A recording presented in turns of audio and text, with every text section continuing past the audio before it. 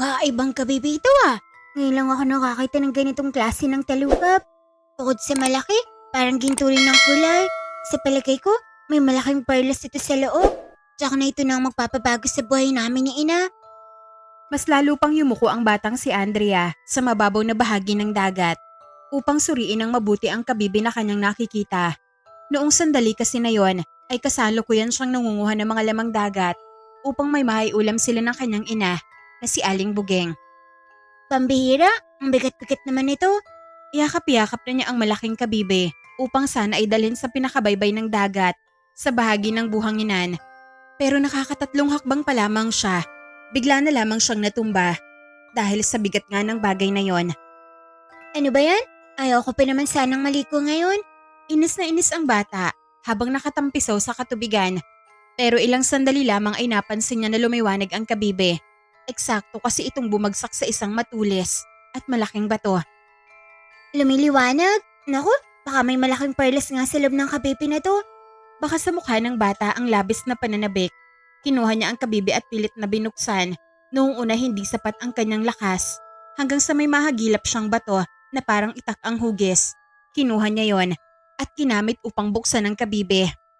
Para minang awa, magbukas ka na. Huwag mo na ako napahirapan pa. Sa paglaon, tuluyan nga nagbukas ang kabibe. Bumungad kay Andrea ang kakaibang bagay na taliwas sa kanyang inaasahan. Teka lang, ano to? Nagulat si Andrea nang wala siyang makitang kahit isang perlas sa loob ng kabibe. Sa halip ay isang rolyo ang naroon. Hindi yun yari sa papel o tela. Para itong manipis na balat ng kahoy o ng hayop na sadyang pinakinas at bahagyang pinatigas. Kaya hindi man lang nabasa kahit kanina pa nakababad sa dagat. Ano naman to? Akala ko pa naman ay perlas ang makukuha ko. Maingat nang hinugot ang rolyo at dahan-dahan na binuklat. Lalo siyang namangha nang makita ang mga guhit na nakaukit dito. Isa pala itong sinaunang mapa. Hindi payak na tinta ang ginamit sa mga sulat kung hindi tila kumikinang na mga guhit na hindi kumukupas sa paglipas ng panahon. Hindi ordinaryo ang mapa. Maraming maliliit na pulo ang nakaguhit doon na hindi pa kailanman nakita ni Andrea sa mga karaniwang mapa ng kanilang baryo. Ang iba ay hugis buwan, bituin at kabibe. Sa tabi ng bawat isa ay may maliliit na simbolo at kakaibang pangalan na hindi niya mabasa. Ang mga pulong ito ay nagpapakita lamang sa gabi ng kabilugan ng buwan. Tanging ang may hawak ng mapa ang makasusumpong sa mga ito. Nanlaki ang mga mata ni Andrea matapos niyang basahin sa pinakailalim ng mapa ang mga nakaukit na mensahe. Lumilitaw lang kapag kabilogay ng buwan? Paano mangyayari yun? Mas lalo pa niyang sinuri ang mapa. Napansin niyang may maliit na larawan ng baol na matatagpuan sa isang isla. May sariling palatandaan ito at kakaibang marka na tila nagsasaad ng kinaroroonan ng misteryoso na kayamanan. Ang astig naman. Ibig bang sabihin, may nakatagong baol ng kayamanan sa isla na to? Mabilis na tumibok ang kanyang puso. Hindi niya alam kung paniniwalaan niya ba ang kanyang natuklasan o baka isa lamang itong panaginip. Ngunit habang hawak niya ang mahiwagang mapa, pakiramdam niya ay tila may kakaibang init na dumadaloy mula rito hanggang sa kanyang mga kamay. Hindi na siya nag-aksaya pa ng oras. Mabilis niyang nirolyong muli ang pambihirang mapa at itinago sa kanyang damit. Kailangan na makita ito na Ina. Baka alam na kung anong ibig sabihin nito. Agad siyang tumakbo palabas ng dagat habang yakap ang kakaibang mapa. Tinahak niya ang mabuhangang dalampasigan hanggang sa marating ang maliit nilang kubo na nakatayo lamang malapit sa baybayin. Halos mawala na siya ng hininga sa pagmamadali. Sabik na kasi siya na ipakita sa kanyang ina ang pambihira na natuklasan. Ina? Ina? Nasaan ka? Bilisan mo, may ipapakita po ako sa'yo. Kasalukuyan na nagsasampay ng mga nilabahan na damit si Aling Bugeng sa gilid ng kanilang maliit na kubo. Nang marinig ang boses ng anak, ay agad niya itong sinalubong. Habol ang hininga ni Andrea at mahigpit na yakap. Ang isang bagay na nakarolyo. Oh, ano ba nangyayari sa'yo, Andrea? Bakit parang hinahabol ka ng kabayo dyan? Nanay, tinan mo to. Akala ko may malaking perlas ang kabibing na pulot ko. Pero, ito pala po ang laman. Dahan-dahan na inilabas ni Andre ang mahiwagang rolyo at binuklat ito sa harap ng kanyang ina. Unti-unting nawala ang ngiti sa mukha ni Aling Bugeng. Habang tumatagal ay lalo siyang namumutla. Nanginginig pa ang kanyang mga kamay habang nakatitig sa mga kakaibang isla at sa mga simbolo na nakaguhit sa mapa. Andrea, saan mo ito nakuha? Nakita ko po sa loob ng malaki at kulitan si Nakabebe. Hindi ba ang ganda? Tinan mo ina, ang daming isla. Tapos sa isang isla, may baol pa. Baka may mga kayamanan talaga ron. Napaatras si Aling Bugeng na tila may nakita siya na masamang pangitain. Itupin mo yan, ngayon din. Itapon mo sa dagat o ibaon mo sa buhanginan para wala na makakita. Nanlaki ang mga mata ni Andrea, baka sa kanyang ekspresyon. Ang labis na pagtataka. Oh? Bakit naman po ina? Huminga ng malalim si Aling Bugeng bago siya naupo sa bangkong kawayan sa tapat ng kanilang bahay. Noong bata pa ako, marami akong narinig na kwento mula sa mga matatanda sa baryo. Sinasabi nilang may mga isla daw sa Pilipinas na hindi nakaguhit sa mga ordinaryong mapa. Mga islang bihirang lumitaw at nagpapakita lamang sa piling pagkakataon. Tahimik naman na nakinig si Andrea. Ayon sa mga sinaunang sabi-sabi, ang mga mapalad na nakakarating doon ay maaaring makatagpo ng napakalaking kayamanan. Pero marami rin na nagsasabi na hindi na sila muling nakabalik. Para bang nilamon sila ng mga misteryosong isla na yon. Subalit may ilan naman doon na nakabalik. Subalit, imbes na kayamanan, sumpa raw ang dala. Kaya hanggang ngayon, walang nakakaalam kung alin nga ba talaga ang totoo. Lalo pang kinabahan si Aling Bugeng habang muling sinulyapan ang mapa. Kung ang mga islang nasa mapang yan ang tinutukoy ng matatanda noon, ayaw kong mapahama ka. Mas mabuti nang mawala na yan kaysa naman magdala pa ng kapahamakan sa atin. Ngunit kabaliktaran ang naramdaman ni Andrea. Sa halip na matakot, ay lalo pa siya na namangha. Pero ina, paano kung totoo nga na may mga kayamanan doon? Paano kung yun ang magpapabago sa buhay natin? Anak, sapat na sa akin ang simpleng buhay natin. Kumikita naman ako sa panghihilot. Hindi man tayo mayaman. Nakakaraos naman tayo sa araw-araw. Ayaw kong ipagpalit ang kaligtasan mo sa anumang kayamanan na ipinangako ng mapa na yan. Niyakap ni Andrea ang mahiwagang rolyo. Hindi man siya sumagot. Hindi nawala sa kanyang isip ang misteryosong isla na nakaguhit doon. Habang nakatitig siya sa mapa, tila lalo lamang siyang tinatawag ng mga lihim na nakatago sa gitna ng karagatan. Andrea, makinig ka sa akin ha. Dalhin mo na yan sa dagat at itapon mo. Kung hindi mo kayang itapon, ibaon mo na lang sa buhanginan. Mas mabuti nang hindi na muling makita ng kahit na sino ang mapang yan. Tahimik naman na tumango si Andrea. Wala siyang nagawa kung di sumunod kunwari. Hawak-hawak niya ang mahiwagang rolyo habang dahan-dahang naglalakad pabalik sa dalampasigan. Pagdating doon ay naupo siya sa malaking bato na nakaharap sa malawak na karagatan. Humahampas ang malamig na hangin sa kanyang mukha habang ang mga alon ay marahan na sumasalpok sa baybayin. Doon, muli niyang inilabas ang mahiwagang mapa. Itatapon ko na ba talaga? Sayang naman. Dahan-dahan niya itong binuklat. Muli niyang pinagmasdan ang kakaibang isla na nakaguhit dito. Nandoon pa rin ang maliit na larawan ng baol at ang mga simbolo na hindi niya nauunawaan. Habang tinititigan niya ang mapa, ay lalo lamang siyang naaakit sa mga lihim na itinatago nito. Paano kung totoo nga na may mga kayamanan dyan? Paano kung totoo nga na may mga kayamanan dyan? Paano kung ay pagkakataon na inihintay namin ni ina? Napabuntong hininga siya. Ilang ulit nang sinubukan na ihagis ang mapa sa dagat. Ngunit sa tuwing itataas niya ang kanyang kamay, ay tila may pumipigil sa kanya. Sa huli, ay marahan niya ito na muling inirolyo. Hindi ko kayang itapon. Maingat niyang itinago ang mahiwagang mapa sa loob ng kanyang damit bago siya tumayo at naglakad pa uwi. Pagdating sa kanilang bahay ay nakita niya na abala si Aling Bugeng sa pagdidilig ng mga halamang gamot at pag-aasikaso sa iba pang gawaing bahay. Sinamantala yun ni Andrea. Tahimik siyang pumasok sa loob ng kanilang kubo at dahan-dahan na lumapit sa kanyang luma na aparador.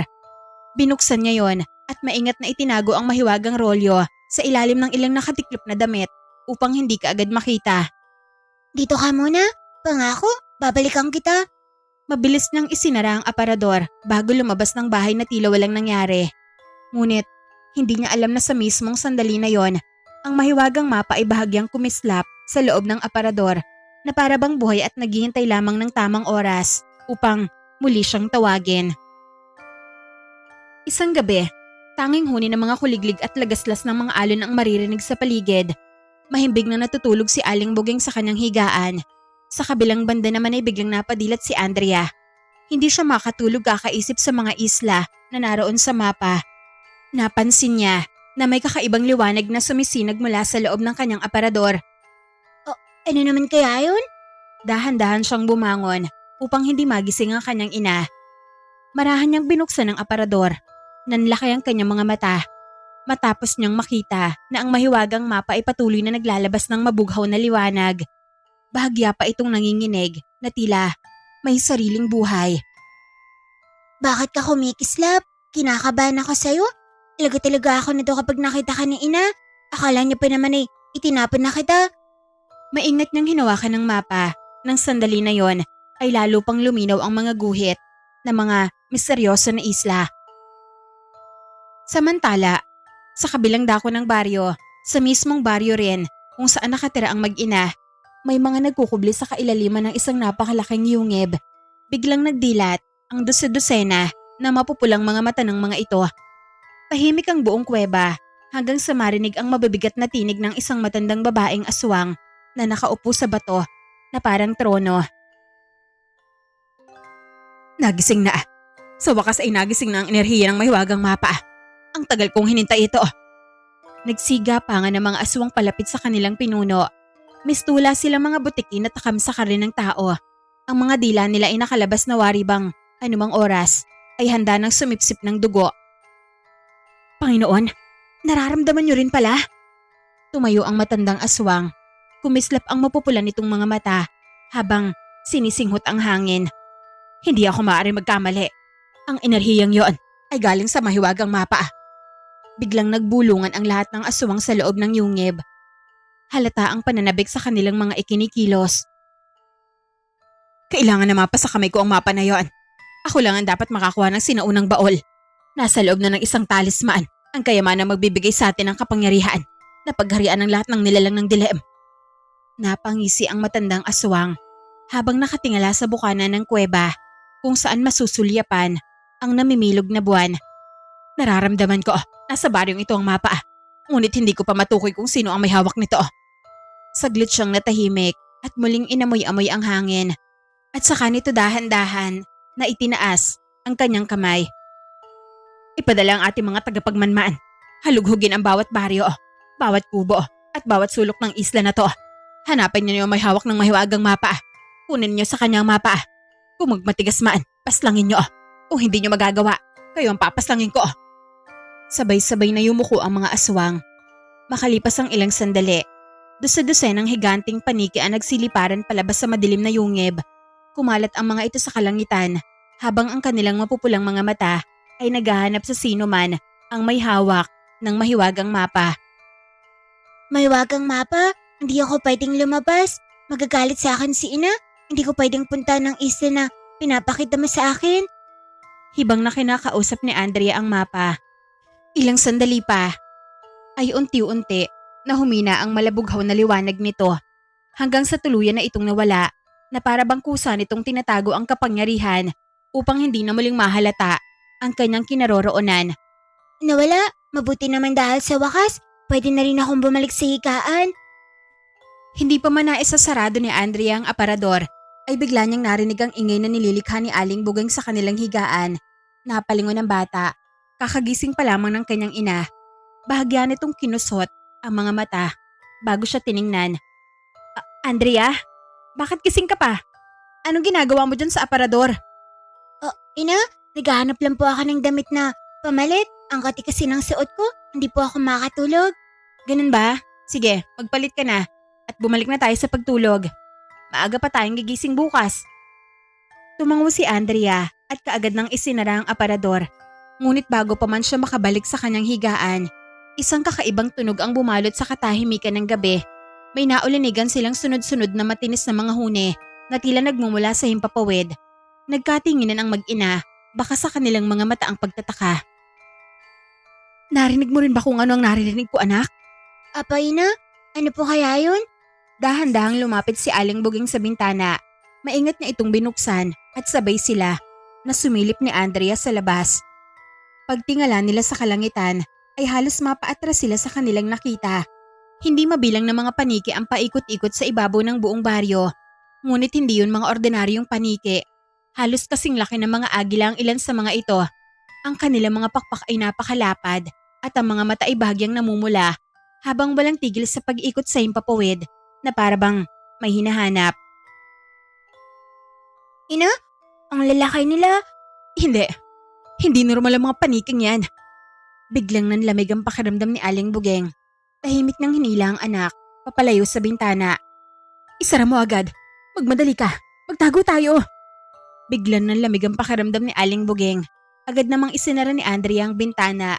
Bahagya pa itong nanginig. Habang isinasandal ang kanyang likod sa dingding. Sa labas, patuloy ang walang tigil na pagaspas ng malalaking pakpak. Tila may mga nilalang na naglilibot sa buong baryo. Naghahanap ng isang bagay na hindi pa nila matagpuan.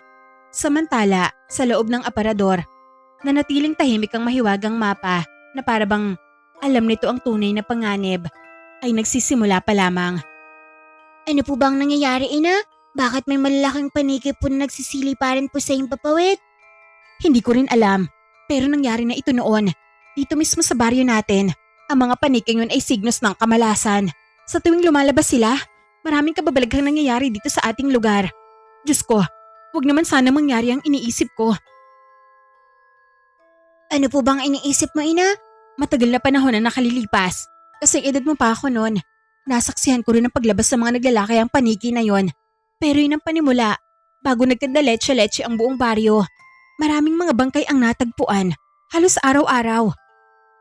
Biglang natigil ang pagsasalita ni Aling Bugeng. Nang may isang napakabigat na bagay ang narinig nila na lumapag sa kanilang bubong. Umuga ang buong kubo at bahagyang nalaglag ang ilang peraso ng tuyong pawid. Doon napiling dumapo ng isang malaking paniki. Maya-maya lamang ay nag-iba ang anyo nito, naging isang itim na aswang na may matutulis na tenga, ngipin at kuko, habang ang mga mata nito ay namumula sa bangis. Sa loob ng bahay ay nagkatinginan ang mag-ina. Ilang sandali lamang, narinig nila ang mabibigat na yabag ng isang nilalang na naglalakad sa ibabaw ng bubong. Kasabay noon, ang malalim nitong paghinga na lalo lamang nagpadagdag sa kanilang takot. Nanigas si Aling Bugeng. Unti-unti niyang ibinuka ang kanyang bibig upang sana ay sumigaw. Ngunit bago pa man makagawa si Andrea ng ingay, mabilis na tinakpan ng unan ang bibig ng kanyang ina. Nanlaki na lamang ang mga mata ni Aling Bugeng habang napapakagat siya sa unan. Upo kayong maingay, Ina. Baka may masamang loob sa labas. Kapag nalaman nilang gising tayo, baka pasukin nila ang bahay. Bahagyang tumango si Aling Bugeng. Nanginginig ang buo niyang katawan habang pilit na pinipigilan ang kanyang paghinga. Nang mga oras na yon ay patuloy na naglakad ang nilalang sa ibabaw ng kanilang bubong hanggang sa huminto ito sa mismong tapat ng kanilang silid. Napatingala ang mag-ina sa bubungan. Wala na isa sa kanila ang nangas na magsalita. Makalipas ang ilang sandali, mula sa itaas ay tila yumuko ang nilalang sa ibabaw ng kanilang bahay. Bahagyang lumangit-ngit ang bubong dahil sa bigat nito. Maya-maya ay para bang may naaamoy ito sa loob ng kubo. Nawari may hinahanap na isang bagay. Biglang bumigay ang kalawangin at lumang bahagi ng kanilang bubong. Hindi na kinaya ng yero ang bigat ng nilalang, kaya tuluyan na itong nabutas. Kasabay noon ay bumagsak ang maitim na nilalang sa loob ng kanilang kubo. Napaatras si Aling Bugeng, nanlaki ang kanyang mga mata nang makita ang mahabang pangil, mapupulang mata at mahahabang kuko ng nilalang. Aswang! Andrea! Dito ko lang sa likod ko! Halos mawala ng lakas ang babae dahil sa matinding takot. Hindi siya makagalaw habang nakatitig lamang sa nilalang. Napilit na bumabangon mula sa pagkakabagsak. Ngunit iba ang naging reaksyon ni Andrea. Agad siyang umalis sa likuran ng kanyang ina. Mabilis nang hinila ang kulambo na naroon sa kanilang higaan. Uli ka, Baybon? Huwag kang gagalaw. Isang malakas na talon ang ginawa ng bata. Ibinagsak niya ang kulambo sa aswang na parabang nanguhuli lamang ng napakalaking isda. Bago pa tuluyang makabangon ang nilalang, ay mabilis nang ibinalot dito ang kulambo. Nagpumiglas ang aswang, ngunit lalo lamang itong nabalot. Uli ka? Ang laking isda mo naman. Napaupo pa si Andrea sa likod ng aswang upang hindi ito makatayo. Sunod-sunod niyang pinagsusuntok ang batok nito. Habang natatawa. Ang kulit mo, aakit-akit ka pa sa bubong namin, tapos sinira mo pa talaga oh. Andrea, lumayo ka. Aswang yan. Ngunit tila hindi naririnig ng bata ang kanyang ina. Abala siya sa pagpipigil sa pagpupumiglas ng nilalang na para bang nakikipaglaro lamang siya sa isang maamong hayop. Anak, makinig ka sa akin. Delikado ang nilalang na yan. Pero tila nagtetengang kawali ang bata. Wala itong pakialam sa sinasabi ng ina. Bagkus ay bumuelo ito at saka malakas na kinagat ang tenga ng aswang. Napapahalinghing ang nilalang na naging sanhi upang mahulog si Andrea mula sa likod nito. Ang sakit na na. Ikaw na aswang ka. Ang likot-likot mo. Mamanda ka sa akin.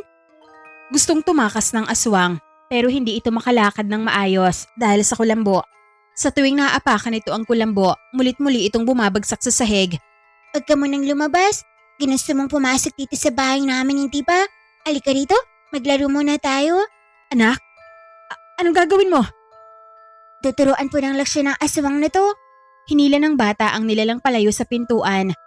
Mabilis niyang nagawa yon dahil dumudulas ang kulambo sa sahig. Sakto naman na may nakitang itak si Andrea na nakasuksok sa gilid ng kanilang dingding. Kinuha niya yon at walang pag-aalinlangan na itinutok sa aswang. Hindi ko hahayaan na matapos ang masasayang gabi mo ng mabilisan. Kaya ay patitikim ko sa iyo ang saya na hindi mo pa natitikman sa buong buhay mo. Isinuksok ng bata ang dulo ng itak sa kilikili ng nilalang. Kiniliti niya ito gamit ang itak. Humalinghing at nagpumiglas ang aswang hanggang sa umagos ang dugo nito sa sahig. Anak, baka makatayo pa ang nilalang na yan. Tuluyan mo na. Huwag ka na makapaglaro pa sa kanya. Hindi na natiis pa ni Aling Buging ang kanyang sarili. Kinuha niya ang dos-por-dos na nahulog lang din kanina mula sa bubungan. Hinambalos niya ng walang patumpik-tumpik ang nilalang. Pero nabali lamang ang dos-por-dos. Kinabahan at napaatras tuloy siya. Masyado siyang matibay, ina. Oo nga, dumastansya ka muna sa kanya. Baka mapahamak ka pa. Maging si Andrea ay napaatras na rin palayo sa nilalang. Dahil sa itak, nasira ang kulambo at nakawala ang aswang. Gayunpaman, nangihina na ito at nagbabadya ng tumakas. Tatagay na sana itong muli ni Andrea, subalit biglang naging paniki ang aswang.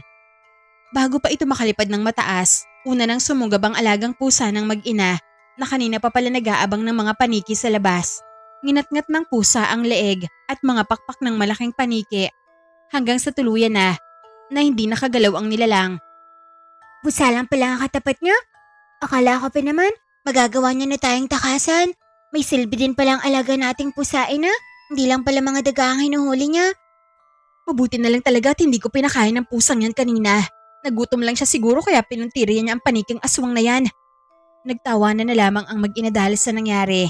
Gayunpaman, masaya sila dahil nagawa nilang makaligtas sa atake ng halimaw. Kinabukasan, agad na kumalat sa buong baryo ang nakapangihilakbot na balita. Ina, gumising na po kayo.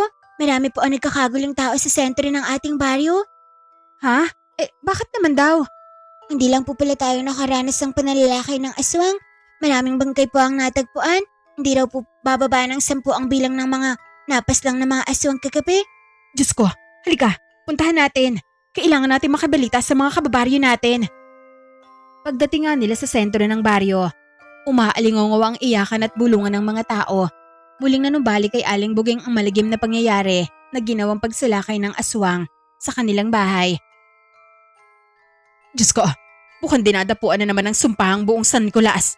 Sumasalakay na naman ng mga aswang. Hindi sila titigil hanggat hindi nila nakukuha kung ano man ang pakay nila. Usal ng isang matandang residente habang nakatangala ito sa kalangitan at nakatukod sa lupa ang kanyang tuhod. Tahimik na nagkatinginan ng mag-ina.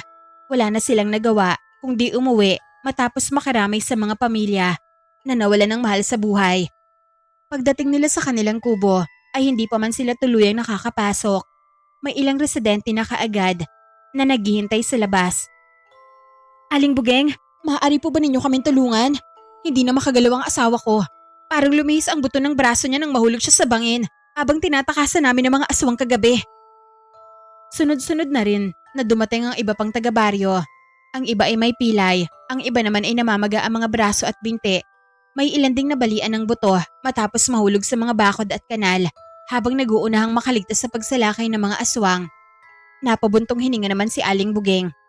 Sige, isa-isa lang kayo. Gagawin ko ang lahat na makakaya ko. Halos buong maghapon ay hindi na siya nakaupo. Sunod-sunod nang hinilit ang mga napilayan. Itinuwid ang mga lumihis na buto at nilagyan ng mga halamang gamot ang mga namamagang bahagi ng katawan ng kanyang mga pasyente. Samantala, naging abala din naman si Andrea. Ina, eto na po ang lana. Agad niyang iniabot ang bote ng lana na ginagamit sa panghilot. Eto naman po ang dahon ng sambong. Eto po ba ang susunod niyong gagamitin? O anak, pakikuha rin ng malinis na tela sa aparador. Mabilis na tumalima si Andrea. Siya ang taga-abot ng mga halamang gamot, lana, malinis na tela, at iba pang kagamitan kailangan ng kanyang ina. Kapag may pasyenteng nahihirapang tumayo, ay siya rin ang umaalalay upang maihiga ng maayos sa banig. Pagsapit ng hapon ay hindi pa rin nababawasan ng mga taong pumipila sa labas ng kanilang bahay. Halos buong baryo ay nagdadalamhati at nagpapagamot dahil sa sinapit nila noong nakaraang gabi. Bumalik na lang ang iba bukas. Gabi na at delikado ang maghintay dito sa labas. Hindi ko mapapatawad ang sarili ko kapag may mangyaring masama sa inyo. Oo nga po, baka umatake na naman ng mga aswang. Kawawa naman kayo kung madodoblehan pa ang mga bali niyo sa katawan niyo.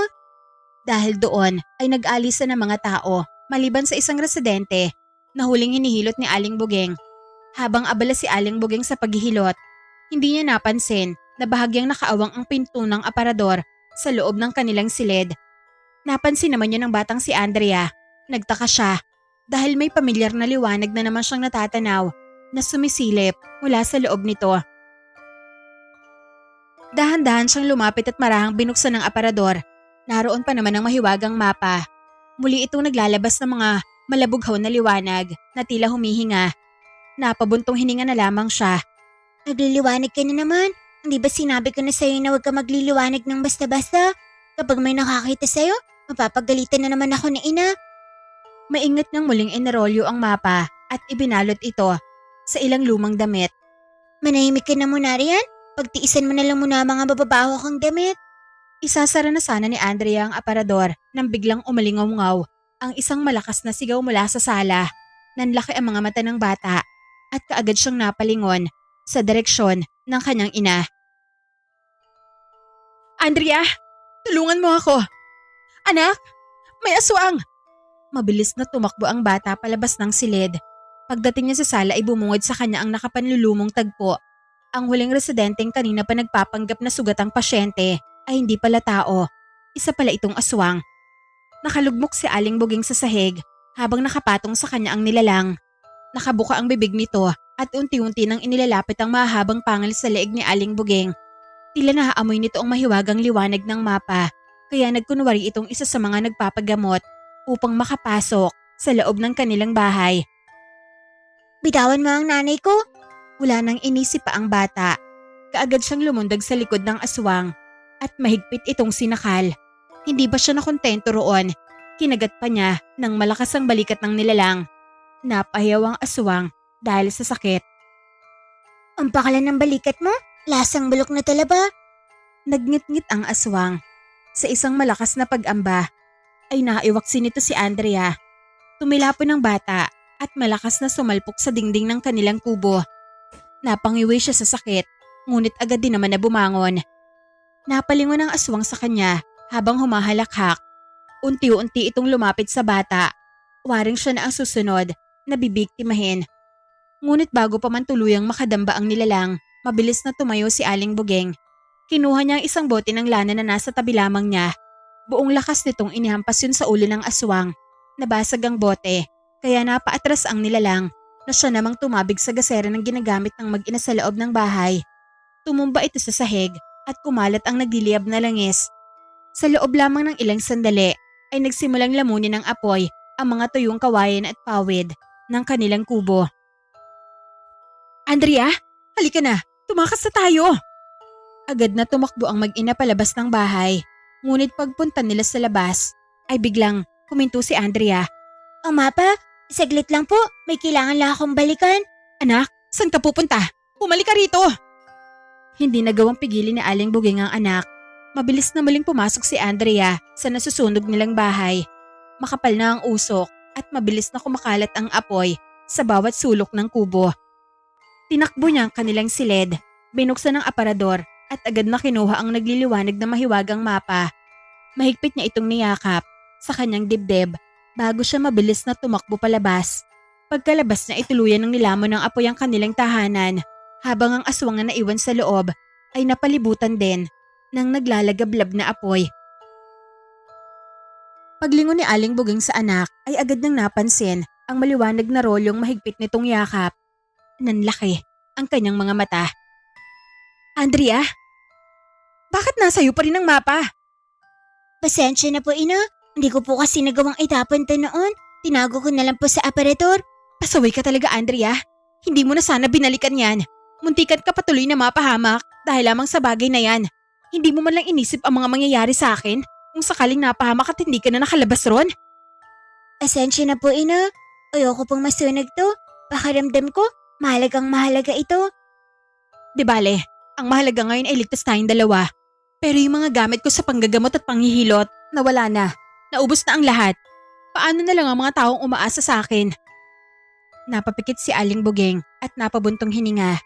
Hindi pa man natatapos ang kanyang sinasabi, ay may napansin siyang kakaibang paggalaw sa kalangitan. Unti-unti siyang napatingala. Nagtitipon-tipon doon ng isang napakalaking kumpol ng mga naglalakihang paniki. Paikot-ikot ang mga ito sa ibabaw nila na tila ba may sinusundan. Teka, mukhang hindi nila pinagmamasan ang nasusunog nating bahay. Mas puntiri nila ang nagliliwanag na mapang hawak mo, anak. Ang mabuti pa, pitiwan mo na yun at tumakbo na tayo. Ayoko po, inay. May bumubulong po talaga sa akin na huwag itong iwanan. Anak naman, huwag nang matigas ang ulo. Ngunit walang nagawa si Aling Buging nang mapansin niyang papalapit na sa kanila ang mga paniki. Hindi na siya nag-aksaya pa ng oras. Mahigpit niyang hinawakan ng kamay ng anak habang kumakaripas sila ng takbo sa gitna ng dilim. Ngunit hindi pa rin binibitawan ng bata ang mahiwagang mapa. Hindi nagtagal ay bumaba ang mga paniki mula sa himpapawid. Sunod-sunod silang lumapag sa unahan, likuran at magkabilang gilid ng mag-ina. Pagdampi ng kanilang mga paa sa lupa ay isa-isa silang nagbagong anyo. Sa loob lamang ng ilang saglit, ang mga naglalakihang paniki ay naging mga aswang na may mapupulang mata, mahahabang pangil at matutulis na kuko. Unti-unti silang pumalibot sa mag-ina. Lumikha sila ng bilog upang matiyak na hindi sila matatakasan ng dalawa.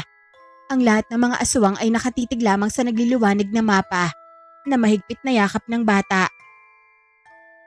Maingat na itinulak ni Aling Buging si Andrea sa kanyang likuran. Kinuha niya ang itak na hawak pa rin niya mula sa kanilang nasunog na bahay at walang tigil niya yung iwanasiwa sa hangin upang hindi kaagad makalapit ang mga nilalang. Lumayo kayo. Huwag kayong nilapit kung ayaw niyo magmistulang dagat ng dugo ang lupang inaapakan niyo. Ngunit imbes na matakot, ay lalo lamang nagsipagngisi ang mga nilalang. Para bang alam nilang wala silang dapat na ikatakot sa isang ordinaryong itak. At unti-unti nga sila na nagsisulong. Hindi sila nasisindak. Anumang oras atakihin na nila tayo, kaya ibigay mo na sa kanila ang mapa. Lalaban po tayo sa kanila, ina. Kahit ano po ang mangyari, hindi ko ibibigay sa kanila ang mapa. Anak, wala tayong laban sa kanila.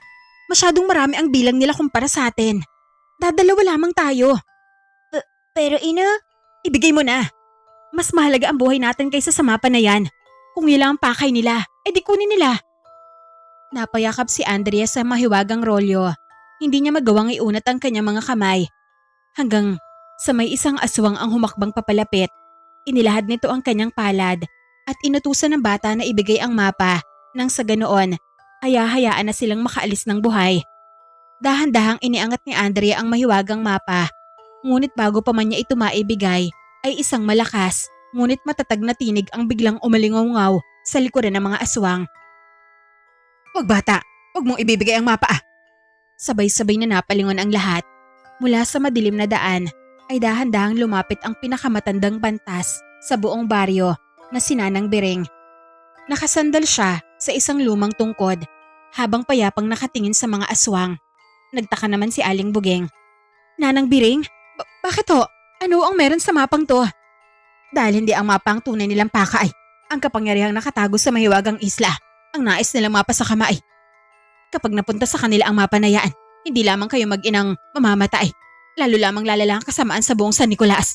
Walang sino man sa baryong ito magiging ligtas. Dahil tsak na paghaharian nila ang isla at ang iba pang mga karating na isla. Saglit na natahimik ang paligid. Unti-unting nagngalit ang mga nilalang. Isa sa mga ito ang suminghal at sinabihan ang pantas bilang isang matandang pakialamera. Pinagbantaan pa nito si Nanang Biring na kung hindi aalis ay papaslangin nila ito. Pero tahimik lamang nang umisi ang matandang pantas. Mahigpit niyang hinawakan ng kanyang lumang tungkod. Sa unang tingin ay mistula lamang itong tuyong kahoy na pinulot sa kagubatan. Ngunit nang itukod niya yun sa lupa ay biglang nagbago ang paligid. Unti-unting gumalaw ang buhangin. Hindi yung dulot ng hangin. Para bang may buhay ang lupa sa ilalim ng mga paa ng mga nilalang. Isa-isang lumubog ang kanilang mga paa habang mahigpit silang hinihila ng buhangin pa ibaba. Nagpumiglas ang mga nilalang. Pilit nilang inaangat ang kanilang mga paa. Ngunit lalo lamang silang ibinabaon ng mahiwagang buhangin. Nanlaki ang mga mata ng mag-ina dahil sa kanilang nasaksihan. Ang galing, makapangyarihan pala ang tungkod ni Nanang Biring. Paano niya kaya nagawa yun? Hindi ko rin alam, marahil may salamaka ang kanyang tungkod. Seryoso ang matanda habang nananatili lamang siyang nakatukod sa kanyang tungkod habang nakapikit ang kanyang mga mata. Lalo pang kumilos ang buhangin. Unti-unting umabot ang mga ito hanggang sa tuhod ng mga aswang. Sa isang iglap ay sabay-sabay na nagbago ng anyo ang mga nilalang. Muli silang naging malalaking paniki upang makawala sa pagkakabaon. Isa-isa silang pumailan lang sa himpapawid bago mabilis na lumipad palayo. Hindi sila tumigil hanggang sa tuluyan sila maglaho sa kadiliman ng kagubatan. Unti-unti ring humupa ang paggalaw ng buhangin. Bumalik ang katahimikan sa paligid. Ngunit nanatiling mahigpit ang pagkakahawak ng matandang pantas sa kanyang tungkod. Samantala, hindi inalis ang kanyang tingin sa mahiwagang mapang hawak ni Andrea na patuloy pa rin naglalabas ng banayad na liwanag sa gitna ng madilim na gabi. Tahimik na pinagmasdan ni Nanang Biring ang nagliliwanag na mapa bago niya marahang iniangat ang kanyang tingin sa mag-ina. Hindi naligtas ang lugar na to. Halina kayo. Sa bahay ko muna kayo pansamantalang manuluyan. Wala na nagawa sina Aling Buging at Andrea kung di ang sumunod. Tinahak nilang tatlo ang makitid na daan patungo sa dulo ng baryo kung saan nakatayo ang isang maliit na bahay na napalilibutan ng mga halamang gamot at matataas na puno. Pagpasok nila sa loob ay marahang inilapag ni Nanang Biring ang mahiwagang mapa sa ibabaw ng isang lumang mesa. Patuloy pa rin ito naglalabas ng banayad na liwanag. Tahimik munang tinitigan ng matanda ang rolyo bago siya nagsalita. Ang mapang yan. Ang matagal nang hinahanap ng mga aswang. Hindi nila kailangan ng ginto o pilak. Ang nais sila ay ang kasangkapang nakatago sa mahiwagang isla. Ako ang nagkulong sa mapang yan sa loob ng malaking kabibe. Maraming taon na nakalilipas. Nilagyan ko yon ng sinaunang sumpa upang hindi mabuksan ng sinumang may masamang hangarin. Ngunit nagawa mo itong buksan, bata. Hindi ko naman po sinasadya. Akala ko kasi may perlas sa loob. Patawarin mo po ako, Nanang Biring. Huwag mo po akong parusahan. Ngumiti ng bahagya ang matanda, tila natutuwa ito sa pagiging inosente ni Andrea. Wala kang dapat na ikahingi ng tawad sa akin. Kung tutuusin, mas iginagagalak ko pang nangyari dahil sa tagal na panahon. Ngayon lang muling nagbukas ang kabibe. Iisa lamang ibig sabihin noon. Ano po ang ibig sabihin? Ikaw ang pinili ng mahiwagang mapa. Teka lang. Anong pinili? Baka pwedeng ipaliwanag mo sa amin ng maayos, Nanang Biring. Hindi naman maintindihan ng lubos ang gusto mong iparating. Buging, hindi basta-basta nagpapakita ng sarili ang mapa na yan. Walang sino man ang makapagbubukas ng kabibe hanggat hindi pinahihintulutan ng mahiwagang mapa. Ngayon, dahil nagbukas ito sa pamamagitan ni Andrea, nangangahulugan lamang na nais itong si Andrea ang makatagpo sa kasangkapang nakatago sa mahiwagang isla. Hindi ako papayag. Hindi ko hahayaang magtungo ang anak ko sa isla na yan. Hindi ko nga alam kung anong meron sa lugar na yan. Baka kung ano masamang mangyari kay Andrea. Wala kang dapat na ipangamba. Matalino ang anak mo. Alam kong kaya niyang lampasan kung ano man ang mga pagsubok na harapin niya sa hinaharap. Kung sakaling maging buo man ang desisyon niya na puntahan ang isla, hindi mo na siya kailangan papigilan. At bakit naman hindi Nanang Biring? Ako ang ina, kaya dapat lamang nasundin niya kung ano ang ipinag-uutos ko. Ayokong malagay sa panganib ang anak ko. Minsan na rin ako nalagay sa sitwasyon ni Andrea, pero nagtiwala ako sa kapalaran na nakalaan sa akin hanggang sa marating ko ang isla at nakuha ang makapangyarihang tungkod na ito. Dahil dito, Nagagawa ko na iligtas ang aking sarili sa lahat ng mga panganib na dumarating dito sa ating baryo. Hindi pa rin makapaniwala si Andrea sa kanyang narinig. Samantala, napatingin naman si Aling Buging sa mahiwagang tungkod ng matanda. Kanina ho, paano niyo ho napagalaw ang buhangin? Ano ho ba talaga ang tungkod na yan? Ano ang kinalaman niyan sa mapa? Hindi ito ordinaryong tungkod. Galing ito sa isla. Sa mga mahiwagang isla na nakaguhit sa mapang yan. Ibig sabihin, nakapunta na po talaga kayo ron? Oo naman, matagal na panahon na nakalipas. Bata pa lamang ako nang ipagkatiwala sa akin ng diwata ng karagatan ng mahiwagang mapa. Saglit na ipinikit ni Nanang Biring ang kanyang mga mata na tila naaalala ang nakaraan. Inutusan niya akong bantayan ng mapa upang hindi ito mapa sa kamay ng mga nilalang na oho sa kapangyarihan. At upang maging ligtas ako habang nasa pangangalaga ko ang mapa. Inutusan ako ng diwata na hanapin ang baol na nakalagay sa mapa. Sa paglalakbay ko na yon, ay nakarating ako sa isa sa mga mahiwagang isla. Doon ko natanggap ang tungkod na ito bilang sagisag ng aking tungkulin. Ang galing naman. Gusto ko rin po magkaroon ng makapangyarihang kasangkapan. Magtigil ka nga, Andrea. Hindi mo alam kung ano ang hinihiling mo. Masyadong delikado at hindi pambata ang mga misteryosong bagay na sinasabi niya. Tama ka, Buging. Dahil habang lumilipas ang panahon, parami ang naghahangad na ang kininang mapa. Naging mitya ito ng pagpatay, kasakay man at tigmaan. Kaya napagpasyahan kong ikulong ito sa loob ng isang mahiwagang kabibe at ipaubaya sa dagat ang kapalaran nito. Gayunpaman, hindi ko inakala na matapos ang napakaraming taon, may isang batang muling mapipili ng mapa. At higit sa lahat, sa panahon nagsisimula na namang gumalaw ang mga nilalang ng dilim. Kinakailangan na naman ng karagdagang tagapagtanggol ang buong San Nicolas laban sa mga aswang. Kaya hanggat maaga pa, dapat nang makuha ni Andrea ang kasangkapang nakatakdang ihandog sa kanya ng diwata ng karagatan. Sa mga susunod na araw, lalo pang lumala ang pananalakay ng mga aswang sa buong San Nicolas. Halos gabi-gabi ay may mga bahay na nilulusob at may mga inosenteng hindi na muling nagigising kinaumagahan. Hindi tumigil ang mga nilalang sa paghahanap kay Andrea dahil alam nilang nasa kanya ang mahiwagang mapa. Ngunit hindi nila matunton ang bata sapagkat nananatili siyang ligtas. Dahil hindi nila makita ang kanilang tunay na pakay, ang mga ordinaryong mamamayan ng kanilang pinag-initan, unti-unting nabawasan ng mga residente ng baryo. Ang dating masayang San Nicolas ay napalitan ng takot at pagdadalamhati. Pagsapit pa lamang ng dapit hapon ay wala nang nangangahas na lumabas ng kanilang mga bahay. Isang umaga, nakatanaw lamang sina Aling Buging mula sa burol na malapit sa bahay ni Nanang Biring. Mula roon ay tanaw nila ang mga kababaryo nila na naglilibing na naman ang iba pang biktima ng mga nilalang. Napabuntong hininga si Aling Buging at hindi na napigilan ang pagtulo ng kanyang luha. Ina? Umiiyak po ba kayo?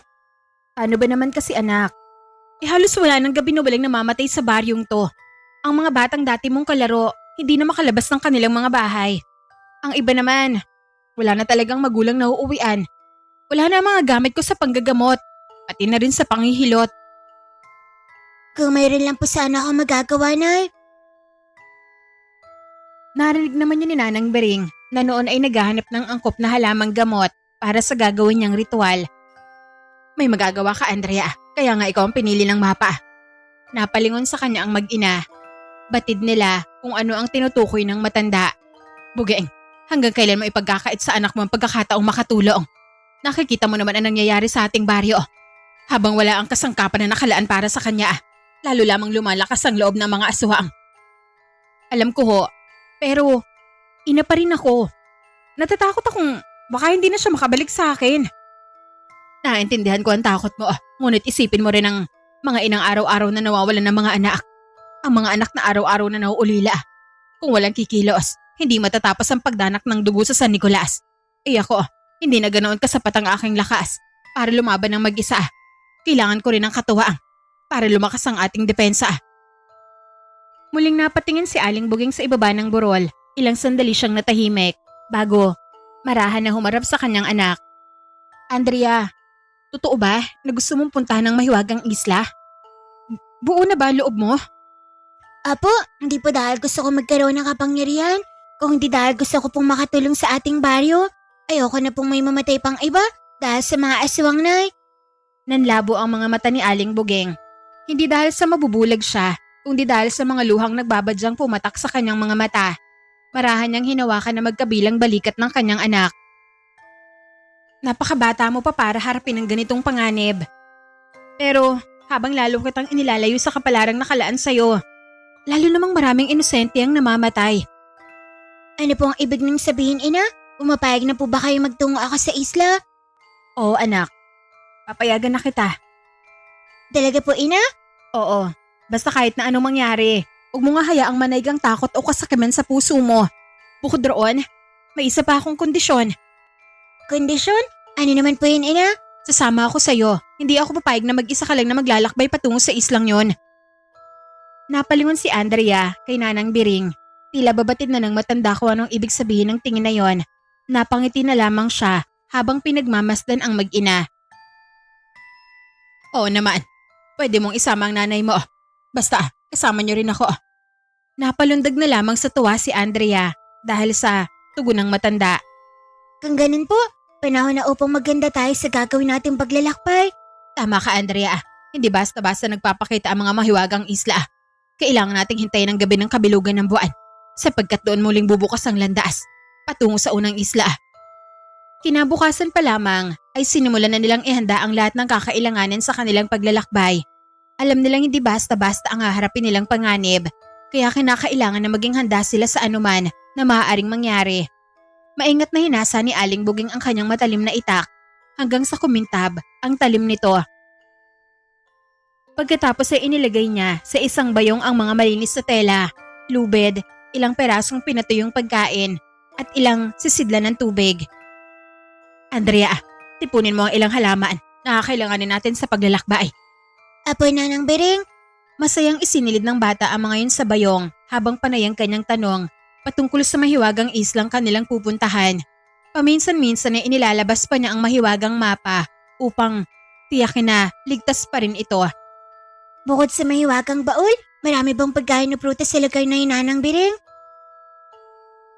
Matagal na panahon na nakalilipas. Buhat nang makapanik ako sa isla na yon. Pero sa ngayon, hindi ko na alam. Baka marami na nagbago o nangyari eh. Tapusin mo na yung ginagawa mo. Kailangan ko lang ding maghanda. Ipinagpatuloy ni Nanang Biring ang kanyang paghahanda. Mahigpit niyang hawak ang kanyang mahiwagang tungkod habang isa-isang isinasabit sa kanyang baywang ang maliliit na supot ng mga tuyong halamang gamot at mga patalim na pwede niyang hugutin sa oras ng kagitpitan. Batid niyang hindi lamang mga aswang ang maaari nilang makasalubong sa kanilang paglalakbay.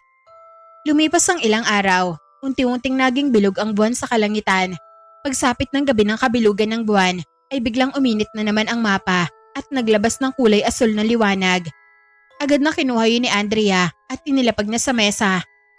Muli na naman itong nagbuga ng malabughaw na liwanag na higit sa mas maliwanag kaysa dati. Dahan-dahan na gumulong ang rolyo hanggang sa kusa itong bumukas sa harapan nilang tatlo. Unti-unting kumislap ang mga guhit ng dagat at ang mahiwagang isla na nakaukit sa mapa. Isa sa mga isla ang nagningning habang isang maninipis na sinag ng liwanag ang unti-unting umabot patungo sa karagatan. Nanlaki ang mga mata ni Andrea matapos masaksihan ang mga guhit sa mapa. Nanang Biring, gumagalaw po ang mapa para pong buhay ang larawan na nakaguhit dito. Dumating na ang oras na hinihintay natin.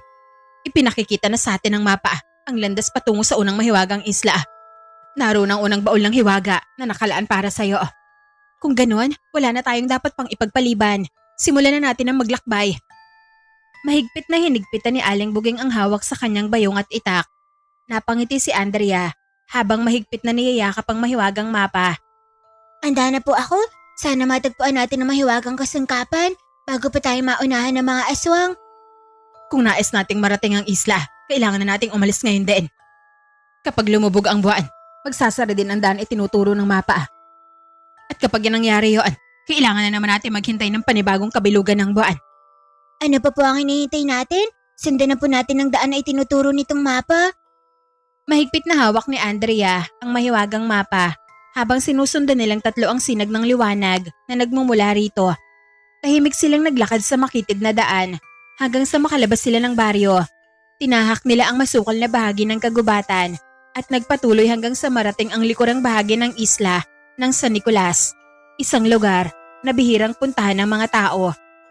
Pagdating nila roon ay bumungad sa kanila ang malawak na karagatan Bukod sa liwanag ng mapa at bilog na buwan, may dala ding gasera, si Nanang Bering. Nanang Bering, dito po ba talaga tayo sasakay? Oo, dito nagsisimula ang landas patungo sa mahiwagang isla. Ito rin ang daan na itinuturo ng mapa. Napatingin ang tatlo sa dalampasigan. Sa gilid ng buhanginan ay nakahimpilang isang lumang bangka. Kalawangin ang ilang bahagi nito at kupas na ang kulay ng kahoy. Halata ring matagal na ito na hindi nagagamit. Ngunit buo pa rin ang katawan nito at matibay pa ang pagkakayari. Sigurado po ba kayong kakayanin pa tayo ng bangkang to? Mukha na yata itong mas matanda pa sa ating baryo. Huwag ka mag-alala. Hindi ordinaryong bangka yan. Yan din ang sinakyan ko noong una ako magtungo sa mahiwagang isla. Maraming taon ang lumipas. Pero hindi pa rin ito inaagnas ng dagat. Lumapit si Andrea at marahan na hinaplos ang tagiliran ng bangka. Matibay pa po itong bangka. Akala ko, sa isang tulak ko lang, mawawasak na, pero hindi pala. Yun naman pala, edi sumampa na tayo. Isa-isang sumakay ang tatlo, maingat na inilapag ni Aling Buging ang kanilang bayong, habang si Nanang Bering ay inilagay ang gasera sa unahan ng bangka. Samantala, mahigpit namang niyakap ni Andrea ang mahiwagang mapa na patuloy pa na naglalabas ng malabughaw na liwanag. Anak, hawakan mo ng maigi ang mapa, baka tangin ng hangin. Hindi ko lalangoyin yan. Apa na? Tahimik ang karagatan, halos hindi gumagalaw ang tubig, na para bang naghihintay lamang ito sa pagdating ng kanilang paglalakbay. Sa harapan nila ay walang ibang matatanaw, kung hindi ang malawak na dagat na naliliwanagan ng bilog na buwan. Sa malayo ay tila may manipis na hamog na unti-unting nabubuo sa ibabaw ng tubig, na waring may tinatagong lihim na landas, patungo sa unang mahiwagang isla. Nakakatakot naman ang lugar na to. May isla ba talaga sa dulo? Mukhang papunta na tayo sa dulo ng mundo ah. Huwag kang may inip, Buging. Darating din tayo roon. Hindi ako naiinip, natatakot lang ho ako. Iba kasi ang nararamdaman ko sa gitna ng katahimikan nitong dagat. Mukhang may nakakublim panganib sa lugar na to. Inay, hindi mo na kailangan pang matakot. Hanggat nandito po ako, puprotektahan ko po kayo. Walang sino mang masamang nilalang ang makakapanakit po sa inyo, Nay. Manahimik na lang muna tayo. Kailangan nating maging alisto at mapagmatsyag sa paligid. Tumahimik nga ang tatlo habang inaanod naman ng banayad na alon ng kanilang bangka. Habang patuloy nilang sinusundan ang sinag ng liwanag na nagmumula sa mahiwagang mapa. Walang sino man ang nagsasalita. Tanging paghampas ng tubig sa tagiliran ng bangka at mainang ihip ng hangin ang kanilang naririnig. Maya-maya, biglang may kumalabog sa ilalim ng bangka. Nagkatinginan ang tatlo. Mabilis na tumayo si Aling Buging at agad na hinugot ang kanyang itak. Itinaas naman ni Nanang Bering ang gasera upang masilayan ang ilalim ng bangka habang mahigpit na niyakap ni Andrea ang mahiwagang mapa. Nanang Bering, may kung ano pong gumagalaw sa ilalim. Muling umugong ang kakaibang tunog para bang may kung anong kumakapit sa ilalim ng bangka. Napahigpit ang hawak ni Aling Buging sa kanyang sandata. Pag-ingat kayo, baka isang halimaw ng dagat ang sumusunod sa atin. Dahan-dahan na lumapit si Nanang Bering sa gilid ng bangka. Inilapit na ang liwanag ng gasera at sumilip sa ibaba. Bigla na lamang may isang maliit na anino ang mabilis na tumalon papasok ng bangka. Ano yun? Napaatras silang tatlo, ngunit ilang sandali lamang. Narinig nila ang pamilyar na mahinang pag-ungol ng isang pusa. Maning? Ay naku, bakit mo naman kami tinakot? Napangiti si Andrea nang makumpirma niya na ang alaga lang pala nilang pusa ang kanina pa nila naririnig na kumakalmot sa ilalim ng bangka. Agad itong lumapit at lumundag sa kanyang kandungan. Kumiskis pa ito sa kanyang dibdib na para bang matagal sila na hindi nagkita. Ikaw pala yan? Akala kong ano nang nilalang ang nasa ilalim ng bangka. Marahang hinaplos ni Andrea ang ulo ng pusa. Masaya itong napapikit habang patuloy na naglalambing sa kanyang kamay. Napapailing na lamang si Aling Buging at saka napapuntong hininga. Aba namang pusa ka, muntik na kitang mataga. Bakit ba kasi palihim kang sumunod? Mukhang ayaw kayong iwan ng alaga nyo. May pakaramdam ang mga hayop. Baka naramdaman nitong mapanganib ang paglalakbay, kaya sumunod ito upang samahan kayo. Salamat sa Diyos dahil buhay ka, Maning. Buong akala ko, kasama ka nang natupok ng apoy ng masunog ang bahay natin. Hindi na kita pa uuwiin. Magkasama na tayo ngayon hanggang sa matapos ang ating paglalakbay. Tahimik na umupo ang kanyang pusa sa kanyang kandungan. Nakatingin lamang ito sa madilim na karagatan na para bang may hinahanap sa malayo. Habang patuloy na sumusulong ang bangka sa gitna ng dagat, ay napansin ni Andrea ang isang malaking anino na paikot-ikot sa kalangitan. Nanay, tinan niyo po, ang laki naman ng paniking yun. Sabay-sabay silang napatingala. Mula sa malayo ay mistula lamang itong isang dambuhalang paniki na mabilis na papalapit sa kanilang kinaroroonan. Ngunit habang papalapit ito ay unti-unti nilang nakita ang tunay nitong anyo. Namutla bigla si Nanang Bering. Imuko kayo, manananggal yan. Bumulusok ang manananggal habang nakabuka ang malalaki nitong pakpak. Nakalaylay ang mga lamang loob nito at nagliliyab sa gutom ang mapupula nito na mga mata. Agad na yumuko ang tatlo sa loob ng bangka. Dumaan ang manananggal sa ibabaw nila at muntik nang tamaan ng matutulis nitong kuko ang ulo ni Aling Bugeng. Hindi kita hahayaang makalapit sa anak ko. Mabilis nang iwinasiwas ang kanyang itak nang muling bumalik ang halimaw. Napaatras ito ng bahagya, ngunit agad ding pumailan lang upang muling umatake. Kumuha naman si Nanang Bering ng makapal na lubid mula sa kanyang bayong. Andrea, kapag bumaba ulit siya, ihahagis natin ang taling ito. Tumango si Andrea kahit nanginginig ang kanyang mga kamay. Muling sumugod ang manananggal. Sa mismong sandaling yon ay sabay nilang inihagis ang lubid. Saglit na nasabit ang isang pakpak ng halimaw. Nahuli natin? Ngunit umalingongaw ang nakabibinging sigaw ng manananggal. Isang malakas na pagaspas lamang ng mga pakpak nito. Ang nakapigtal sa makapal na tali. Napakalakas niya. Muling sumalakay ang halimaw. Paulit-ulit itong kumalmot habang walang tigil naman na ipinagtatanggol ni Aling Bugeng ang kanyang mga kasama gamit ang itak. Lumayo ka sa anak ko! Tinamaan ng talimang isang braso ng manananggal. Dumaloy ang maitim nitong dugo, ngunit lalo lamang itong nagalit. Sa isang iglap ay mabilis itong bumulusok mula sa likuran ng bangka. Nanay, tulungan niyo po ako. Hindi na nakaabot si Aling Bugeng. Mabilis na dumakma ang matutulis na kuko ng manananggal sa balikat ni Andrea. Napabitaw sa kanya ang mapa, ngunit agad din niya itong nasalo sa kanyang dibdib. Andrea, ibalik mo sa akin ang anak ko! Halimaw ka! Mahigpit na hinawakan ni Andrea ang mahiwagang mapa habang unti-unti siyang inaangat ng manananggal sa himpapawid. Sinubukan siyang abutin ni Aling Bugeng, ngunit ilang dangkal na lamang ang pagitan ng kanyang mga kamay at paa ng anak. Nanay, Nanang Bering, tulungan niyo po ako. Patuloy na pumailan lang ang manananggal, tangan si Andrea sa kanyang mga kuko. Samantalang, walang nagawa si Aling Bugeng at Nanang Bering kung hindi ay panoorin ng bata na unti-unting inilalayo sa gitna ng madilim na kalangitan. Ipangit na manananggal, pakawalan mo ako. Mariing nagpumigla si Andrea habang mahigpit siyang dagit sa mga kuko ng manananggal. Halos hindi na siya makahinga sa bilis ng paglipad nito sa ibabaw ng madilim na dagat. Ngunit biglang tumalon ang kanyang alagang pusa mula sa kanyang balikat. Kumapit ito sa likod ng manananggal at sunod-sunod na kinalmot ang mukha nito. Kinagat pa nito ang leeg ng halimaw. Sige lang Maneng, ganyan nga. Umalingaw ang malakas na sigaw ng manananggal. Nagwala ito sa sakit at paulit-ulit na nagpagaspas ng mga pakpak. Tila nawawala na sa direksyon ng pagaspas ng mga pakpak nito. Dahil dito ay nabitiwan nito si Andrea. Napasigaw na lamang ang bata. Mabilis na bumagsak ang bata mula sa himpapawid. Mahigpit niyang niyakap ang mahiwagang mapa habang nakapikit sa takot. Sa kabutihang palad ay bumagsak siya sa ibabaw ng makapal na damuhan sa isang isla. Gumulong pa siya ng ilang ulit bago tuluyang huminto. Sumunod namang tumalo ng pusa at ligtas din na lumapag sa kanyang tabi. Ilang sandali muna na nakahiga si Andrea habang hinihingal. Dinidila-dilaan ng pusa ang kanyang mukha. Nang makabawi siya, ay dali-dali siyang tumayo at inilibot ang tingin sa paligid. Maneng, asin tayo? Napalilibutan siya ng matatayog na puno at makakapal na halaman. Hindi pamilyar sa kanya ang lugar. Wala ding bakas ng dagat sa kanyang harapan dahil natatakpan ito ng masukal na kagubatan.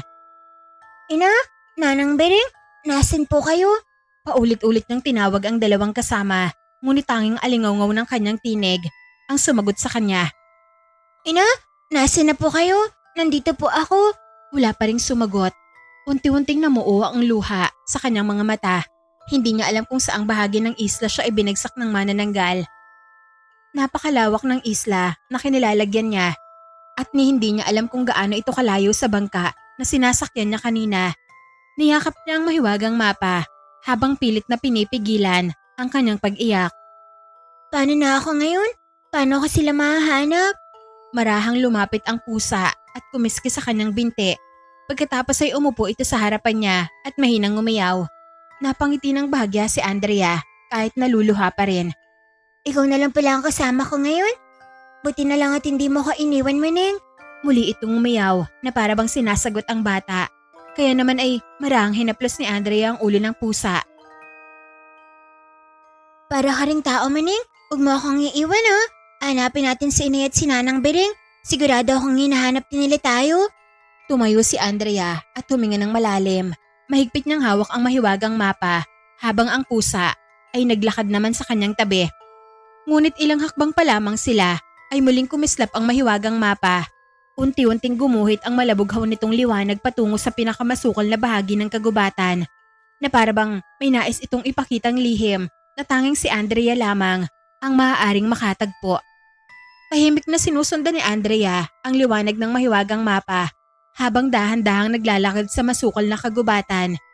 Nakatungtong ang kanyang pusa sa balikat niya at paminsang-minsan na lumilingon sa paligid na tila may nararamdamang kakaiba. Hindi nagtagal ay may narinig silang malakas na pagkaluskos mula sa damuhan. Napahinto tuloy sa paglalakad si Andrea. Nanang Bering? Ina, kayo po ba yan? Umaasa siya na sila ang naroon, ngunit walang sumagot. Sa halip ay lalo pang lumakas ang pagkaluskos. Isa-isang lumabas mula sa kadiliman ang mga kakaibang nilalang. Nanlaki ang mga mata ni Andrea dahil sa pagkabigla. Mga usa ang nasa kanyang harapan, ngunit hindi sila ordinaryong mga hayop. Maitim na maitim ang kanilang mga balahibo at walang kahit isang batik sa katawan. Nagliliyab ang kanilang mapupulang mga mata. Mas matutulis pa sa sibat ang kanilang mga sungay at nakausli ang mahahaba nilang pangil. Nang umangil ang mga ito, ay parang malalim na ugong ng kulog ang umalingaw sa buong kagubatan. Napaatras si Andrea habang mahigpit pa rin na hawak ang mapa. Anong klaseng mga nilalang ba to? Bakit hindi man lang sila nakalagay sa mapa? Unti-unting nagsimulang lumapit ang mga misteryosong usa. Nakayuko ang kanilang mga ulo na tila handang sumuwag anumang sandali. Napahawak si Andrea sa maliit na patalim na ibinigay ni Aling Buging bago sila umalis ng baryo. Hindi ako pwedeng matakot. Kailangan kong mabuhay para mahanap kasi na Ina at Nanang Bering. Biglang sumugod ang unang usa. Mabilis na umiwas si Andrea. Ilang sandali pa, agad niyang isinaksak ang patalim sa leeg ng nilalang. Umalingaw ang nakakabinging ungol nito bago tuluyan na bumagsak sa lupa. Hindi pa man siya nakakahinga ng maluwag, ay sabay-sabay namang sumalakay ang iba. Sunod-sunod ang kanilang pagsuwag gamit ang matutulis na sungay. Mabilis na umiwas ang bata, habang paulit-ulit na iwinawas-iwas ang kanyang patalim. Sa bawat pagkakataong makalapit ang isang halimaw na usa, ay agad niya itong tinatamaan sa leeg o sa dibdib. Tumalon din ang kanyang pusa at walang takot na kinalmot ang mukha ng isang usa. Napaatras ito at doon sinamantala ni Andrea ang pagkakataon upang tuluyan na mapabagsak ang nilalang. Sige lang, lumapit lang kayo kung talagang gusto niyong maubos ang lahi niyo. Unti-unting nagkalat sa kagubatan ng mga walang buhay na katawan ng mga misteryosong nilalang. Nang makita ng mga natitirang usa na marami na sa kanila ang napatay, ay bigla silang huminto. Ilang sandali nilang tinitigan si Andrea gamit ang kanilang mapupulang mga mata bago sila sabay-sabay na tumalikod. O ano? Saan kayo pupunta? Bumalik kayo rito? Magtutuos pa tayo? Sa loob lamang ng ilang saglit ay naglaho silang muli sa masukal na kagubatan. Humihingal na napaupo si Andrea sa damuhan. May ilang gasgas ang kanyang mga braso at nanginginig pa ang kanyang mga kamay dahil sa nangyari. Marahan na lumapit ang pusa at kumiskis muli sa kanyang binti. Mabuti na lang at hindi na sila bumalik. Ang totoo kasi, pagod na ako. Salamat, Maneng. Kung wala ka, baka hindi ko rin sila nakayanan. Ngunit hindi pa man tuluyang bumabalik ang sapat na lakas ng paslit, ay muling kumislap ang mahiwagang mapa.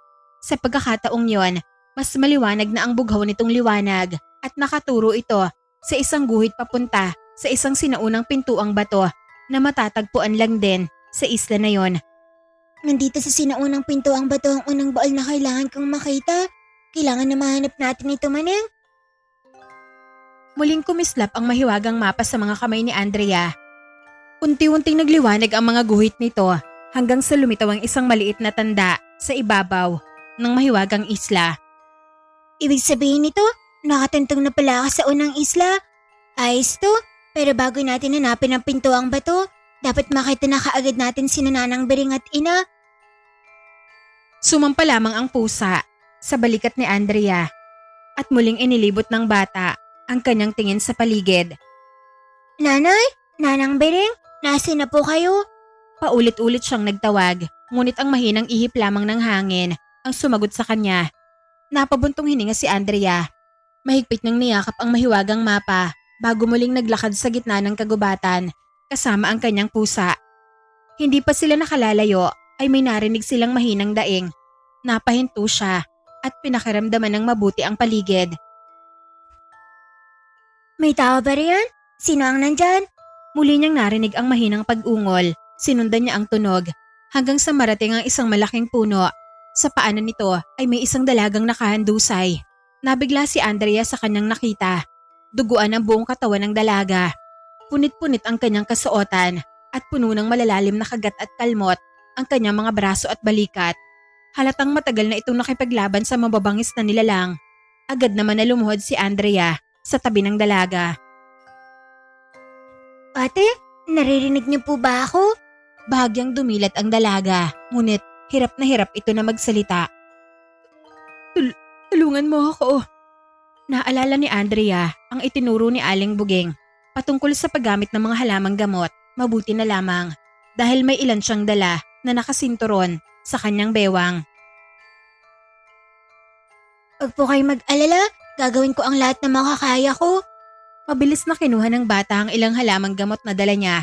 Dinikdik niya ang mga dahon gamit ang isang makinis na bato at saka marahan na itinapal ang katas nito sa mga sugat ng dalaga. Naku, wala pala sa akin ng bayong. Naiwan ko sa bangka. Sayang, nandun pa naman ang mga malilinis sa tela. Pero di bale, pupunit na lang ako dito sa aking damit. Gamit ang tabak na hawak niya, umunit ang bata ng retaso sa laylayan ng kanyang damit. Maingat nang ibinigkis yon sa ibabaw ng malalaking sugat ng dalaga. Tahimik na hinintay ni Andrea ang pagbuti ng dalaga habang nakabantay naman ang kanyang pusa sa paligid. Tila hindi komportable ang pusa. Makalipas ang ilang sandali ay unti-unting gumana ang paghinga ng dalaga. Bahagya siyang nakaupo at nakangiti kay Andrea. Maraming salamat bata. Kung hindi dahil sa'yo, baka kung ano nang masamang nangyari sa akin. Mabuti naman po at gumana ang pakiramdam nyo. Ako nga po pala si Andrea. Ako naman si Amihan. Sa wakas, may ibang tao na rin akong kasama dito sa isla. Matagal na panahon ng simula nang makulong ako sa impyernong isla na to at hindi na nakauwi pa. Aksidenteng naligaw ang gamit kong bangka sa islang to hanggang sa hindi ko na alam kung paano umuwi. Naku, kawawa ka naman pala. Tapos ang dami mo pang sugat. Halatang napalaban ka sa mabangis na halimaw. Ganun na nga. Pero kahit ganun, nasanay na ako sa mga nilalang sa isla na to. Minalas lang ako kanina. May nakalaban kasi akong kakaibang mabangis na hayop. Mabuti na lang talaga. Dahil nakita mo ako. Wala po yun ate. Hindi ko naman kayo pwedeng baliwalain. Sino-sino pa ba magtutulungan sa isla na to? Kung hindi ay tayo-tayo lang din. Siya nga pala, paano ka napadpad rito? Mag-isa ka lang ba? Ang totoo po niyan, may mga kasama po ako. Kaso, habang nasa bangka kami, may umatake sa amin na isang manananggal. Dinagit po ako ng manananggal at nahulog naman ako sa kupat. Kaya hindi ko na po alam kung nasan si Nanang Bering at Ina. O kung ano na nangyari sa kanila. Wala pa naman silang hawak na mapa. Tahimik na nagliwanag ang mahiwagang mapa sa mga kamay ni Andrea. Nang makita yon ni Amihan, ay biglang nagbago ang kanyang mukha.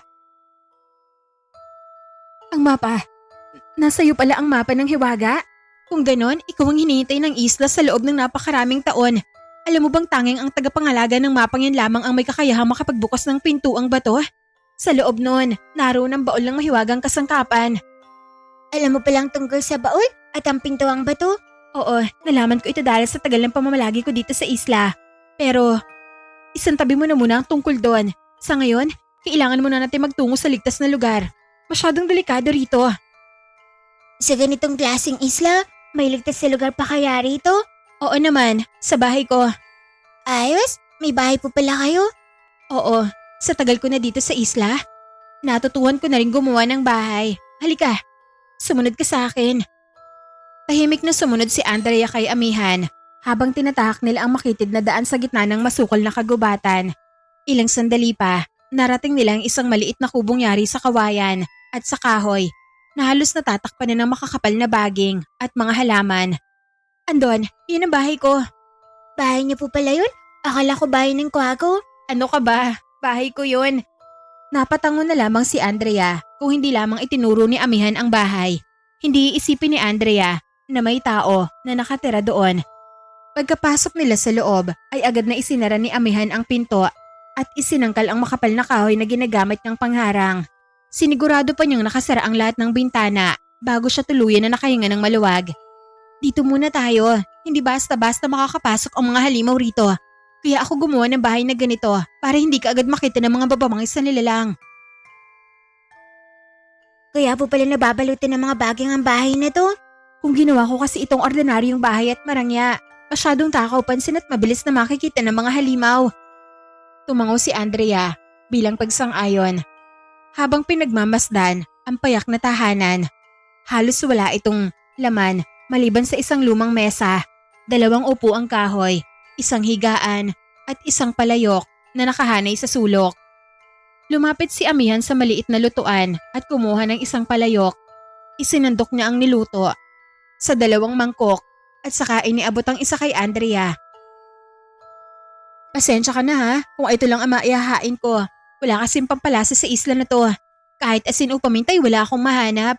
Kaya nasanay na rin akong kumain ng mga pagkain na walang lasa. Ayos lang po yan, Ate Amihan. Ang mahalaga po ay may makakain tayo. Dahan-dahang sumubo si Andrea. Totoo ang sinabi ng dalaga. Halos wala siyang malasahan kahit ano sa pagkain. Para lamang siyang ngumunguya ng pinakulo ang gulay at ugat ng halaman. Ngunit dahil kumakalam na ang kanyang sikmura mula sa maghapong paglalakad at pati na rin sa pagod, ay hindi na nga siya nagreklamo pa. Tahimik nang nilantakan ng buong mangkok hanggang sa wala nang natira. Napangiti na lamang si Amihan nang makita niya na naubos ng bata ang pagkain. Mabuti naman at nagustuhan mo kahit papano. Hindi naman po masarap. Nakakabasig naman. Maraming salamat po, Ate Amihan. Ngumiti si Amihan, ngunit bakas pa rin sa kanyang mga mata ang matinding pag-aalala. Ilang sandali silang nanatiling tahimik, habang sa labas ng kubo ay nananatiling matingkad ang buwan.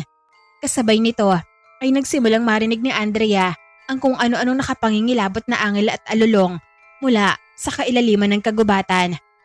Huwag mo nang pansinin ang mga naririnig mo sa labas, mga bababangis na hayop o halimaw lang yon.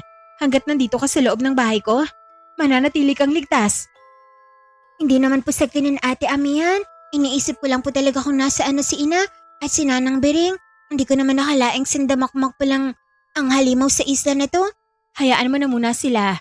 Tsaka kung kakayanin na nila ang mga sarili nila, bukas na natin sila hanapin. Magpahinga ka na muna, tutulungan kita.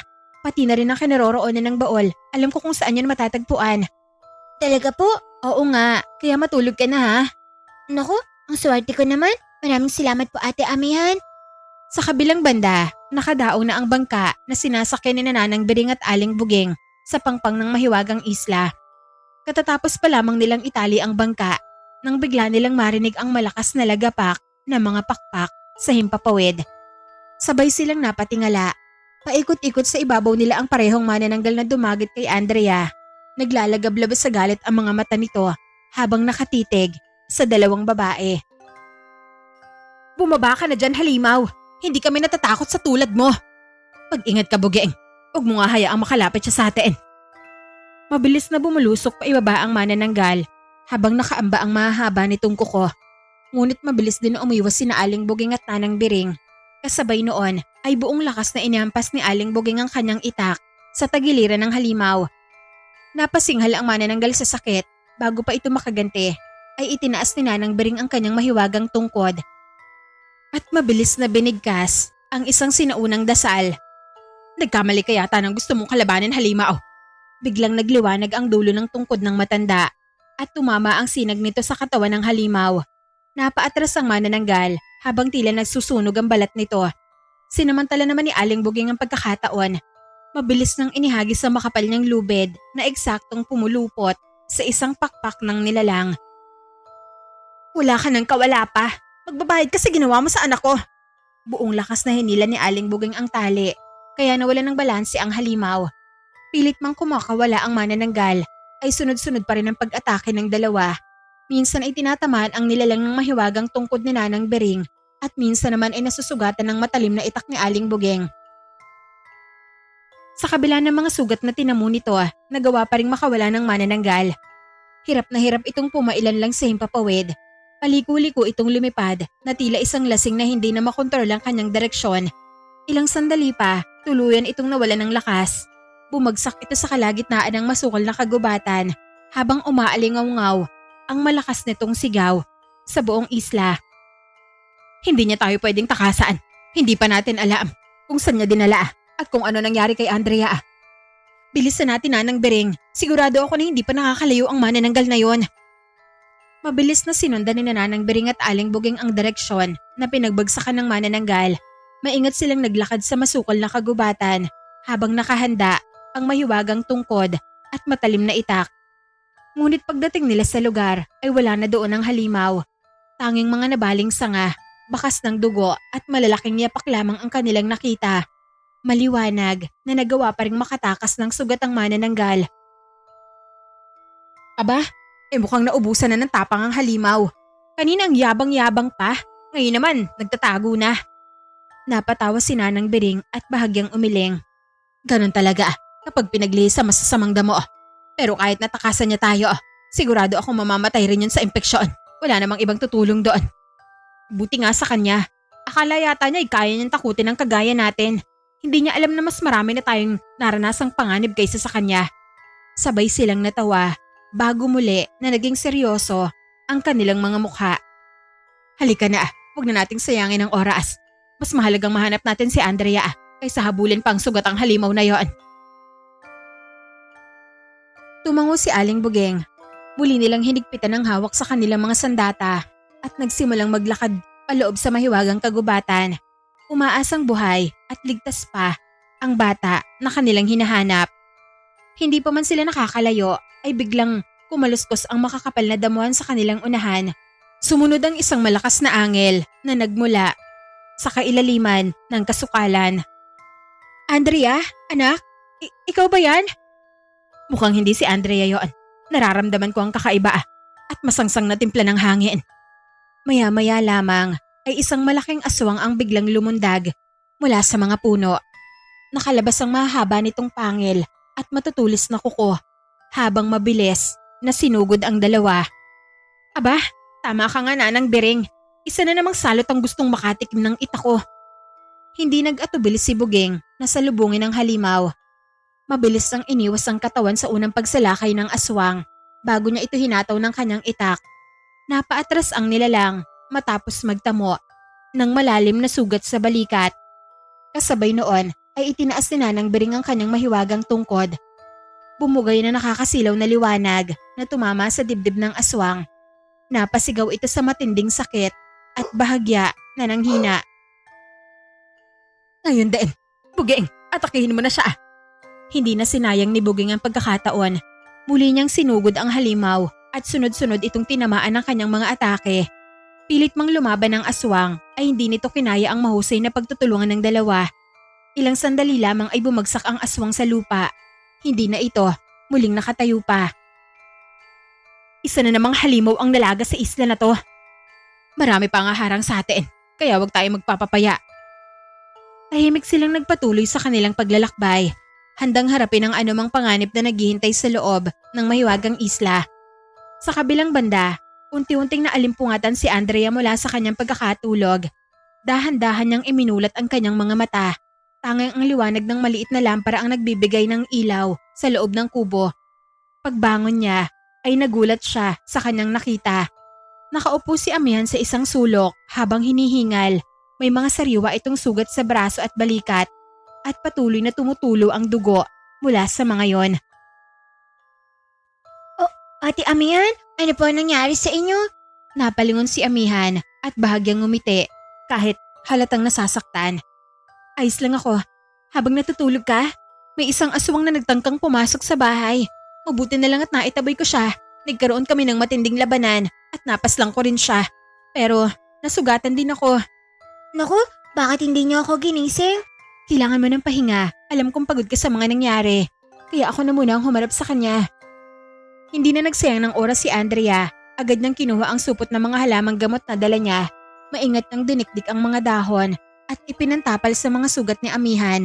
Pagkatapos ay binalutan niya ang mga yon ng malinis na tela. Sana naman po ay gumaan kaagad ang pakiramdam niyo. Maraming salamat, Andrea. Talaga napakabait mong bata. Kung hindi dahil sa'yo, mas mahihirapan ako makabawi sa mga sugat na to. Tulong ko na rin po ito bilang pasasalamat sa pagpapatira niyo sa akin at pagliligtas sa akin laban sa mga halimaw. Ngumiti si Andrea habang inaayos ang pagkakabenda sa braso ni amihan. Ngunit bago pa man sila muling makapagsalita, ay biglang narinig nila ang isang mahinang kaluskos mula sa labas ng kubo. Nagkatinginan silang dalawa, tahimik na hinigpitan ni amihan ang hawak sa kanyang sandata habang nakikinig sila sa kung anumang nilalang ang nag-aabang sa dilim ng kagubatan. Andrea, anak, nasan ka? Nandito kami. Nanlaki ang mga mata ni Andrea matapos niyang marinig ang boses na yon. Akma na sana siyang tutugon pero kaagad na tinakpan ni amihan ang kanyang bibig. Andrea, nisisiraan ka na ba ng bait? Boses po ni nanay yun? Hinahanap niya ako? Hindi yun ang nanay mo. Maraming maligno sa isla na to. Marami sa kanila ang nagkukunwaring kakampi. Pero ang totoo, nagbabalat kayo lamang sila para makakuha ng mabibiktima. Pero gano'n na gano'n po ang boses ni nanay? Tama ka. Dahil karamihan sa mga maligno ay tuso, ginagamit nila ang anyo ng ibang nilalang. Maging ang mga boses ng mga ito para takpan ng tunay nilang anyo. Ibig po bang sabihin, posibleng maligno ang may-ari ng boses na tumatawag po sa akin? Ganun na nga. Sumilip sila mula sa siwang ng munting bahay ni amihan. Dahil sa tanglaw ng buwan, ay natanong nila mula sa labas ang dalawang figura ng tao. Mga walang ngaya talaga ang mga maligno na yan. Ang lalakas sa mga loob nilang kopyahin ang itsura ni ina at ni nanang Bering. Pati ang gasera at mga gamit na dala din ni na ina, kuhang-kuha ng mga maligno na yun. Sabi ko na naman sa'yo, puno ng misteryo at kababalagan ng isla na to. Kung mabilis ka magpamaniwala, ikaw ang matatalo. Ilang sandali pa, humakbang patungo sa kanilang direksyon ang dalawang anyo na kamukha ni na Aling Buging at ni Nanang Bering. Mukhang narinig nila tayo. Huwag ka munang lilikha ng ingay. Itinikom ng dalawa ang kanilang mga bibig at nagtago ng maayos nang sa ganon ay hindi mahalata kung saan nga sila naroon. Parang dito ko yata narinig ang boses kanina. Ewan ko sa'yo, wala namang tao rito. Puro baging at masusukal na damo lang. Guni-guni mo lang siguro yon. Seryoso ako, may narinig ako sa direksyong ito Nanang Bering. Eh baka naman, ligaw na hayop lang. Siguro nga. Hindi nagtagal ay umalis na sa bahagi na yun ng dalawa, habang sa loob naman ng munting bahay ay nakahinga ng maluwag sina amihan at Andrea. Munti ka na tayong makita ng mga maligno na yun. Mabuti na lang talaga dahil nagagawang malin lang itong disenyo ng bahay mo ate amihan. Ganun na nga, at muli ko na namang napatunayan na epektibo ang ginawa kong bahay. Kaya kahit na nandito ka, mananatili kang ligtas. Sige na, bumalik ka na sa pagtulog mo. Sigurado po ba kayo? Baka naman kailangan niyo pa po ng tulong sa mga natamo niyong sugat. Hindi na, kaya ko ng pangingirot. Sanay na rin naman ako eh. Sige na, matulog ka na. Huwag na po kayong mahihiya. Ayos lang po sa akin, naggamutin ko pa po kayo. Ayos lang talaga ako. Kaya ko na to. Walang nagawa ang bata, kundi sundin ang kagustuhan ni amihan. Bumalik na lamang siya sa pagtulog. Kinabukasan, maaga pa lamang ay naghanda na sina Andrea at amihan. Matapos tiyakin na maayos na ang benda ni amihan, ay agad silang umalis sa kubo at nagtungo sa kinaroroonan ng pintuang bato. Malayo pa po ba yun ate amihan? Hindi naman ganun kalayo, sadyang masuko lamang ang daan papunta ron. Hindi na po ako makakapaghintay. Sabik na po akong makuha kung ano man ang gustong ihandog ng mapa sa akin. Huwag ka mag-alala, nandito lang ako para tulungan ka. Matagal silang naglakad sa gitna ng makapal na kagubatan hanggang sa marating nila ang isang napakalaking bato na nakatayo sa paanan ng matarik na bangin. Nakaukit sa ibabaw nito ang mga sinaunang simbolo na hindi pa kailanman nakita ni Andrea. Nandito na tayo sa lugar na sinasabi ng mapang hawak mo. Grabe, ito pala yung pintuang bato. Paano naman tayo makakapasok sa loob niyan? Matagal ko na rin sinubukang buksan at pumasok sa loob ng kuweba na yan. Pero hindi ko magawa dahil sa matibay na pintuang bato. Wala bang ibang daan maliban dito sa pintuang bato na to? Andrea, nasuri ko na rin ang buong kuweba. Pero wala talagang ibang daanan papasok maliban dito. Paglapit pa lamang ng bata ay biglang nagliwanag ang mahiwagang mapa sa kanyang mga kamay. Kasabay noon ay isa-isang nagningning ang mga simbolo na nakaukit sa pintuang bato. Ano kaya ang nangyayari? Hindi ko rin alam eh. Unti-unting umugong ang buong paligid. Dahan-dahang umusad ang napakalaking bato hanggang sa bumukas ang isang lihim na lagusan. Napanganga si Andrea dahil sa kanyang nasaksihan. Ang galing! Nagbukas ng kusang tarangkahan? Hindi man lang tayo nahirapan? Hindi ako makapaniwala. Napakaraming taon na ako naninirahan sa isla na to. Pero ngayon ko lang nakita na bumukas ang pintuang bato. Andrea, hindi kusang bumukas ang pintuan. Ano ang ibig mong sabihin, Ate Amihan? Totoo nga ang alamat. Tanging ang tagapangalaga ng mahiwagang mapa lamang ang may kakayahang magbukas nito. At ikaw yun, Andrea. Ikaw ang matagal nang hinihintay nitong tanangkahang bato. Nabuksan mo ang kuweba sa loob ng napakaraming taon. Kung ganun, huwag na natin patagalin pa. Pumasok na po tayo sa loob. Nagkatinginan silang dalawa bago sila dahan-dahang pumasok sa loob ng lagusan. Napakadilim ng kuweba. Halos wala silang makita sa kanilang dinaraanan. Mabuti na lamang at patuloy na nagliliwanag ang mahiwagang mapa mula sa mga kamay ni Andrea. Ito ang nagsilbing tanglaw nila habang maingat sila na naglalakad sa makitid na daan. Ligtas ba rito? Wala pong mabangis na nilalang dito sa loob, ate? Wala naman siguro. Ilang sandali pa, lumawak ang loob ng kuweba. Sa pinakagitna nito ay may isang mataas na pedestal na yari sa bato. Sa ibabaw nito ay nakapatong ang isang sinaunang baol na nababalutan ng makapal na alikabok at sapot ng gagamba. Huminto sina Andrea at Amihan. Tahimik nilang pinagmasdan ang natatanging baol na tila maraming taon nang walang sinumang nakakalapit. Ito na kaya ang baol ng mga mahihiwagang kasangkapan? Walang ibang maaaring paglagyan nun. Kaya tsaka kung iyan na nga ang baol na tinutukoy sa mapa. Sa wakas, narating na rin natin ang lugar na matagal ko nang gustong makita. Dahan-dahan na lumapit si Amihan sa sinaunang baol. Hinipa niya ang makapal na alikabok na nakabalot dito.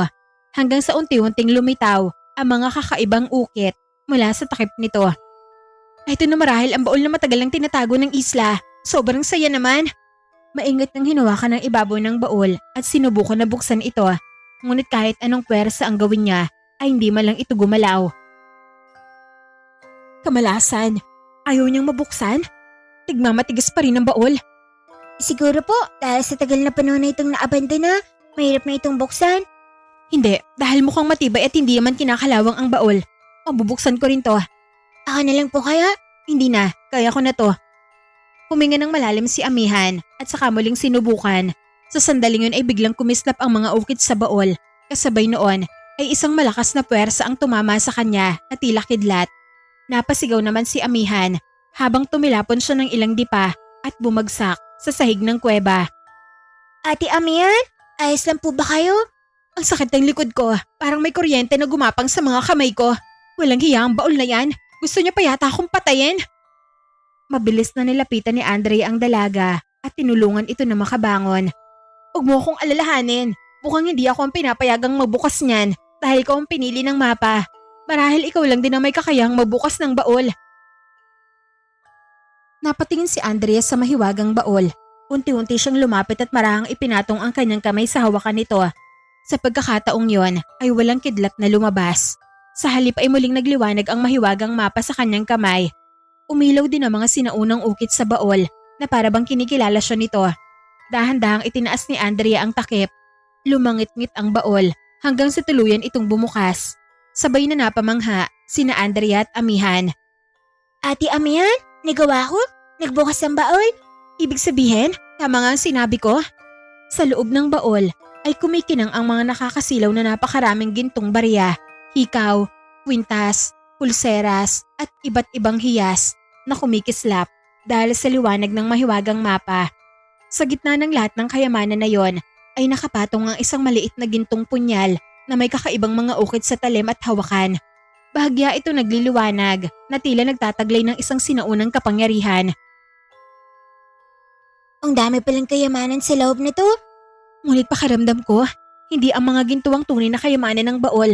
Sa tingin ko, ang gintong punyal na yan ang pinakamahalagang bagay na matagal nang tinatago ng mahiwagang isla. Hindi maalis ni Amihan ang kanyang tingin sa maliit na gintong punyal na nakapatong sa gitna ng mga kayamanan. Kumikinang ito ng higit kaysa sa lahat ng ginto na nasa loob ng baol. Mukhang yan nga ang tunay na kayamanan ng lugar na to. Dahan-dahan niyang iniunat ang kanyang kamay upang kunin ang punyal. Ngunit sa sandaling mahawakan niya ito ay bigla itong gumalaw. Sa isang iglap, nagbago ang anyo ng gintong punyal at naging isang malaking gintong ahas. Kumislap ang mga mata nito bago mabilis na tinuklaw sa kanyang kamay si Amihan. Aray ko! Kamalasan naman! Paano nangyari yun? Bakit niya ako tinuklaw? Napaatras ang dalaga habang napahawak sa sugatang kamay. Agad na kumalat ang maitim na kulay sa paligid ng kagat. Hudyat na may makamandag na laso ng ahas. Ate Amihan, naku, mukhang di ordinaryong punyal yun. Nagiging gintong ahas ito at nakagat ka niya. Ang hapde, nararamdaman ko na unti-unting nagiging manhid ang kamay ko. Andrea, tulungan mo akong maalis sa katawan ko ang kamadag ng ahas. Hindi na nag-atubili ang bata. Agad niyang sinipsip ang kamandag mula sa sugat at mabilis na idinura ito sa sahig ng kuweba. Inulit niya yun ng ilang beses hanggang sa unti-unting bumalik sa normal ang kulay ng balat ni Amihan. Maraming salamat, Andrea. Kung hindi dahil sa'yo, baka hindi ko na kinayang kamandag na yon. Muling humarap si Andrea sa baol, nakataas pa rin ang gintong ahas at nakatitig sa kanya na tila sinusubok ang kanyang katapangan. Huminga ng malalim ang bata sa kamarahan na iniunat ang kanyang kamay. Sa halip na manuklaw, unti-unting kumalma ang ahas. Muling nagliwanag ang katawan nito hanggang sa bumalik ito sa dati nitong anyo bilang isang maliit na gintong punyal. Marahang hinawakan ni Andrea ang punyal. Sa pagkakataong yon ay wala nang nangyaring masama. Hindi na ito nagbagong anyo at hindi rin siya sinaktan. Sa halip, lalong luminaw ang liwanag na nagmumula sa punyal na tila kinikilala si Andrea bilang nararapat na may-ari nito. Sa labas naman ng kuweba ay patuloy na naghahanap sila Aling Buging at Nanang Bering kay Andrea. Maingat na sinusuyod ng dalawa ang masukal na kagubatan. Halos bawat sulok ng isla ay napuntahan na nila, ngunit wala pa rin silang nakikita na bakas ng bata. Buging, magpahinga muna tayo. Kanina pa tayo paikot-ikot dito sa gubat. Baka nga talagang wala na si Andrea. Hindi pwede. Malakas ang kutob ko na buhay pa ang anak ko, Nanang Bering. Kung may nangyari sa kanya, mararamdaman ko yun bilang isang ina. Sana nga itama ang kutob mo. Hindi rin ako mapakali hanggat hindi natin siya nahanap. Siya ang susi para makuha ang mahiwagang bagay sa islang to. Gusto kong makita ang mahiwagang kasangkapan.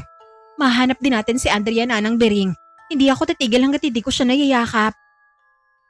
Habang nag-uusap ang dalawa, ay biglang may malakas na kaluskos mula sa itaas ng isang malaking puno. Buging, umilag ka! Mabilis na bumunot ng itak si Aling Buging. Habang mahigpit namang hinawakan ni Nanang Bering ang kanyang tungkod, sabay nilang itinutok ang kanilang mga sandata sa direksyon ng pinagmula ng ingay. Sa isang iglap ay may isang nilalang na lumundag mula sa sanga ng puno at bumagsak sa kanilang harapan. Diyos ko, ikaw lang palang hayop ka. Napaatras ang dalawa at naghanda sa pag-atake. Ngunit ilang sandali lamang ay narinig nilang pamilyar na pagngiyaw ng isang pusa. Wari bang gustong kalmutin ng pusa si Nanang Bering, pero pinigil yun ni Buging. Muning, kaibigin natin si Nanang Bering. Ikaw talaga. Basta-basta ka na lang talaga sumusulpot. Muling umayaw ang puting pusa habang ikinakawag ang buntot nito. Nako, ang pusang yan talaga. Nakaligtas nga tayo sa ibang aswang. Mukhang sa atake ng pusa naman tayo matutuluyan. Akala ko kung anong halimaw nang sumalakay sa atin. Napahawak si Nanang Bering sa kanyang dibdib at napabuntong hininga na lamang. Salamat naman.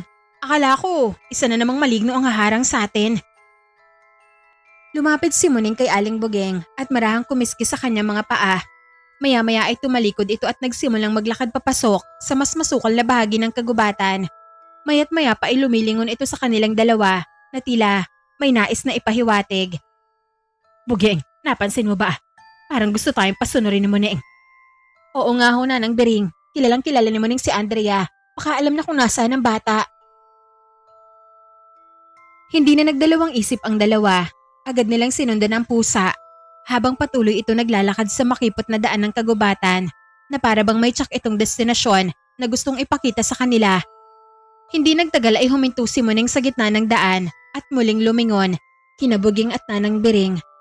Muning, alam mo ba kung nasaan si Andrea? Ngumayaw ang pusa at bahagyang tumango na para bang nauunawaan nito ang tanong. Aba, parang gusto niyang sabihin na sumunod tayo sa kanya. Mukhang alam nga niya. Muling ngumayaw ang pusa bago mabilis na tumakbo papasok sa isang masukal na bahagi ng kagubatan. Halika na ho Nanang Bering, pakiramdam ko may gusto siyang ipakita sa atin. Hindi na nag-atubili pa ang dalawa. Mahigpit na lang hinawakan ng kanilang mga sandata habang sumusunod sa pusa. Dumaan sila sa matataas na damuhan, nag-iwas sa matutulis na tinik at tumawid sa makikipot na landas na halos matakpan na ng makakapal na baging.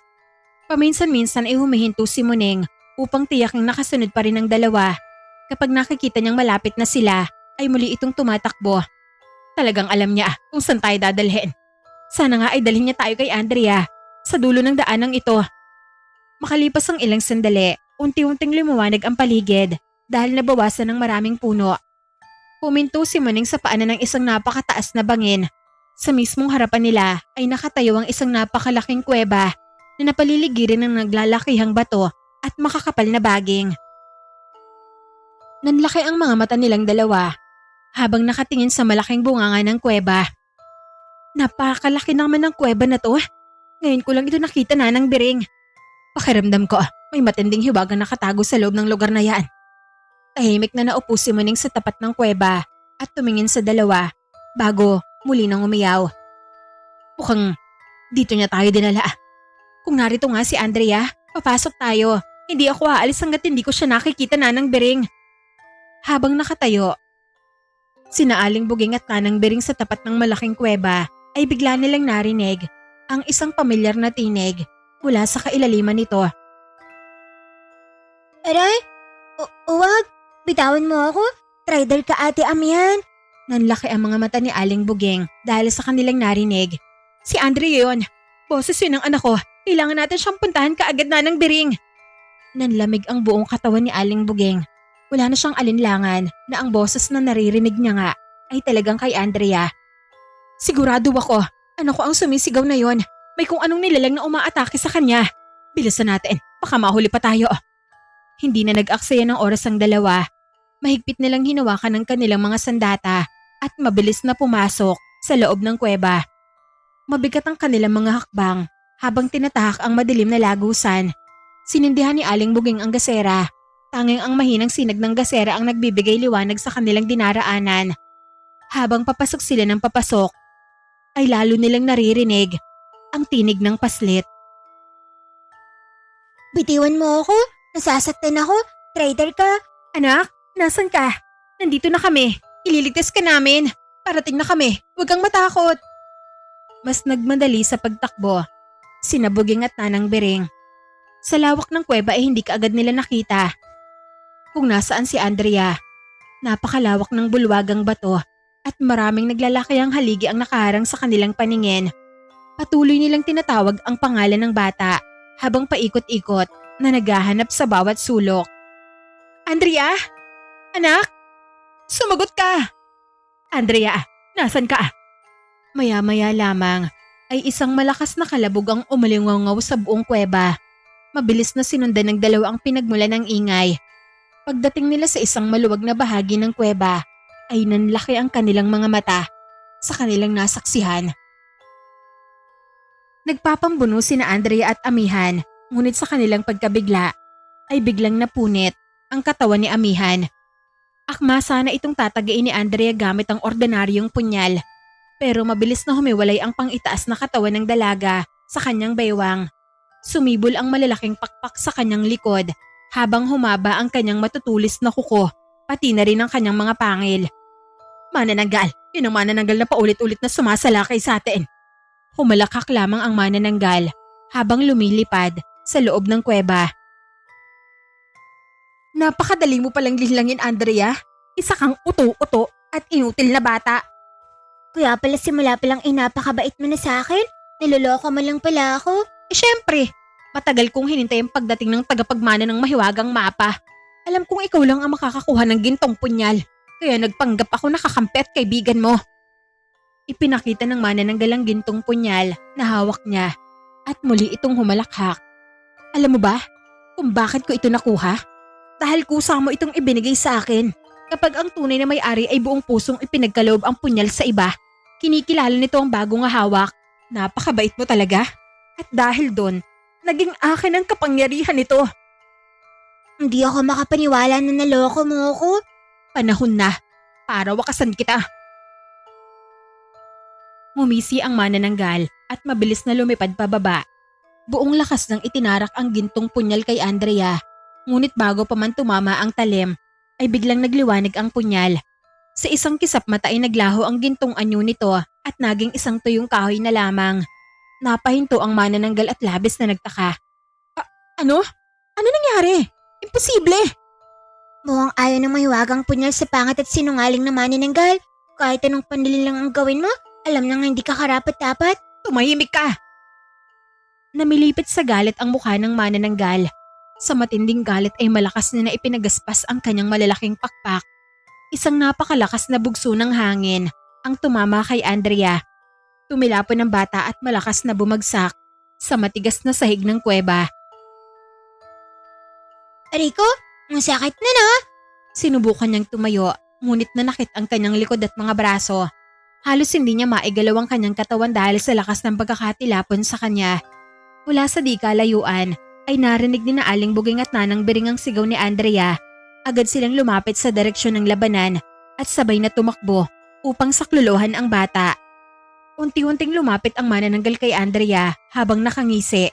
Mahigpit pa rin itong hawak ang tuyong kahoy na dating mahiwagang gintong punyal. Sayang lang palang napakarami kong dekadang paghihintay. Akala ko pa naman ay makukuha ko ang pinakadakilang kapangyarihan sa islang to. Wala rin palang silbi ang walang kwentang kasangkapang to. Inis niyang itinapon sa sahig ang tuyong kahoy. Kung alam ko lang na ganyan ang mangyayari, sana noon pa kita pinatay at kinain. Hindi na sana ako nag-aksaya ng panahon sa pagpapanggap na kakampi mo para lang makuha ang punyetang punyal na yan. Pilit na bumangon si Andrea, ngunit muli siyang napaupo dahil sa sakit ng kanyang katawan. Hindi pa ako susuko. Wala ka nang magagawa. Wala na makakapagligtas sa'yo. Magpaalam ka na sa buhay mo. Lalo pang umisi ang manananggal. Unti-unti nitong itinaas ang mahaba at matatalas nitong mga kuko. Akmang sasakmalin na ng manananggal si Andrea nang biglang umalingaw ang isang pamilyar na sigaw sa loob ng kuweba. Lumayo ka sa anak ko! Halimaw! Kasabay noon ay mabilis na sumugod sina Aling Buging at Nanang Bering. Pakialamera kang matanda ka! Kayong dalawa, mga pakialamera! Ngunit bago pa man makalapit ang manananggal, ay mabilis na itinapat ni Nanang Bering ang kanyang mahiwagang tungkod. Isang nakasisilaw na sinag ng liwanag ang sumambulat mula dito at tumama sa katawan ng manananggal. Lapastangan kang matanda ka! Hindi ka basta makakalapit hanggat hawak ka ang tungkod na ito. Kahit kailan, hindi mapupunta sa iyong mahiwagang punyal. Hinding-hindi kailanman. Napaatras ang nilalang habang tila sinusunog ng mahiwagang liwanag ang kanyang katawan. Napuno ng galit ang mukha ng manananggal. Unti-unti nitong ibinaling ang tingin kina Aling Buging at Nanang Bering. Kayo na namang dalawa? Sawang-sawa na ako sa pagmumukha nyo. Mas lalo naman kami. Sawang-sawa na kami sa paniki na gaya mo. Mabuti na rin na nagkita-kita ulit tayo. Matagal ko na rin gustong tikman ang laman yung dalawa. Mahigpit na hinawakan ni Aling Buging ang kanyang itak, habang si Nanang Bering naman ay maingat na hinawakan ng kanyang tungkod. Kung gusto mong saktan ng anak ko, kailangan mo munang dumaan sa amin. Humalakak lamang ang manananggal sa sinabi ni Aling Buging, habang unti-unti nitong ibinuka ang malalaking pakpak. Sa pagkakataong yon, tuluyan ang naituon ang kanyang buong atensyon kina Aling Buging at Nanang Bering. Sa unang pagaspas pa lamang ng manananggal ay tinangay ng malakas na hangin ang dalawa at tumilapon sa dingding ng kuweba. Akmang susunggaban na ng manananggal sina Aling Buging at Nanang Bering. Pilit namang bumangon ang dalawa ay nahihilo pa sila dahil sa lakas ng pagkakatama nila sa pader ng kuweba. Tapos na ang paglalaro. Mauuna kayong dalawa bago ko kainin ng batang to. Dahan-dahan niyang itinaas ang kanyang mahahabang kuko. Ngunit sa sandaling yon ay isang tinig ang umilingongaw sa loob ng kuweba. Huwag mong gagalawin ng nanay ko at si Nanang Bering. Napalingon ng manananggal. Sa kabila ng kanyang mga sugat ay unti-unting nakatayo si Andrea. Bagaman nanginginig ang kanyang katawan ay matatag pa rin ang kanyang tindig. Dahan-dahan siyang lumakad patungo sa tuyong kahoy na nakahandusay sa sahig. Pinulot niya yon at mahigpit na hinawakan. Anong balak mong gawin dyan? Isa na lang yung tuyong kahoy, bata. Hindi sumagot si Andrea.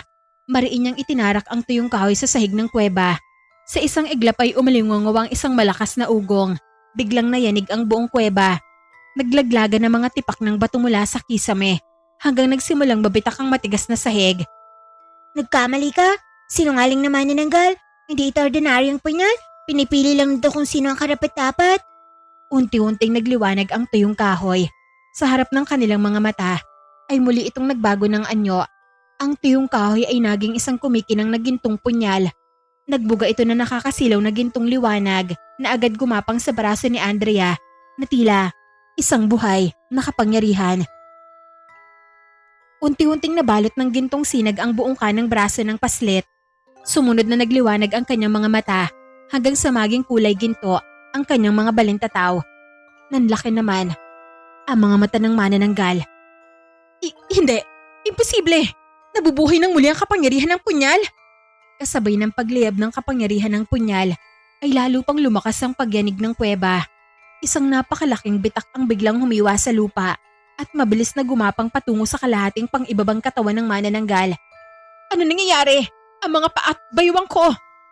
Bago niya pa magawang iiwas ang kalahating katawan na naiwan niya sa lupa, ay agad nang bumuka ang sahig sa direksyong kinaroroonan nun. Hanggang sa ito ay biglang nilamon ng nabibayak na lupa. Nasunod noon ay nagbagsakan ng ilang tipak ng bato. Isang malakas na pagsabog ang umalingaw-ngaw.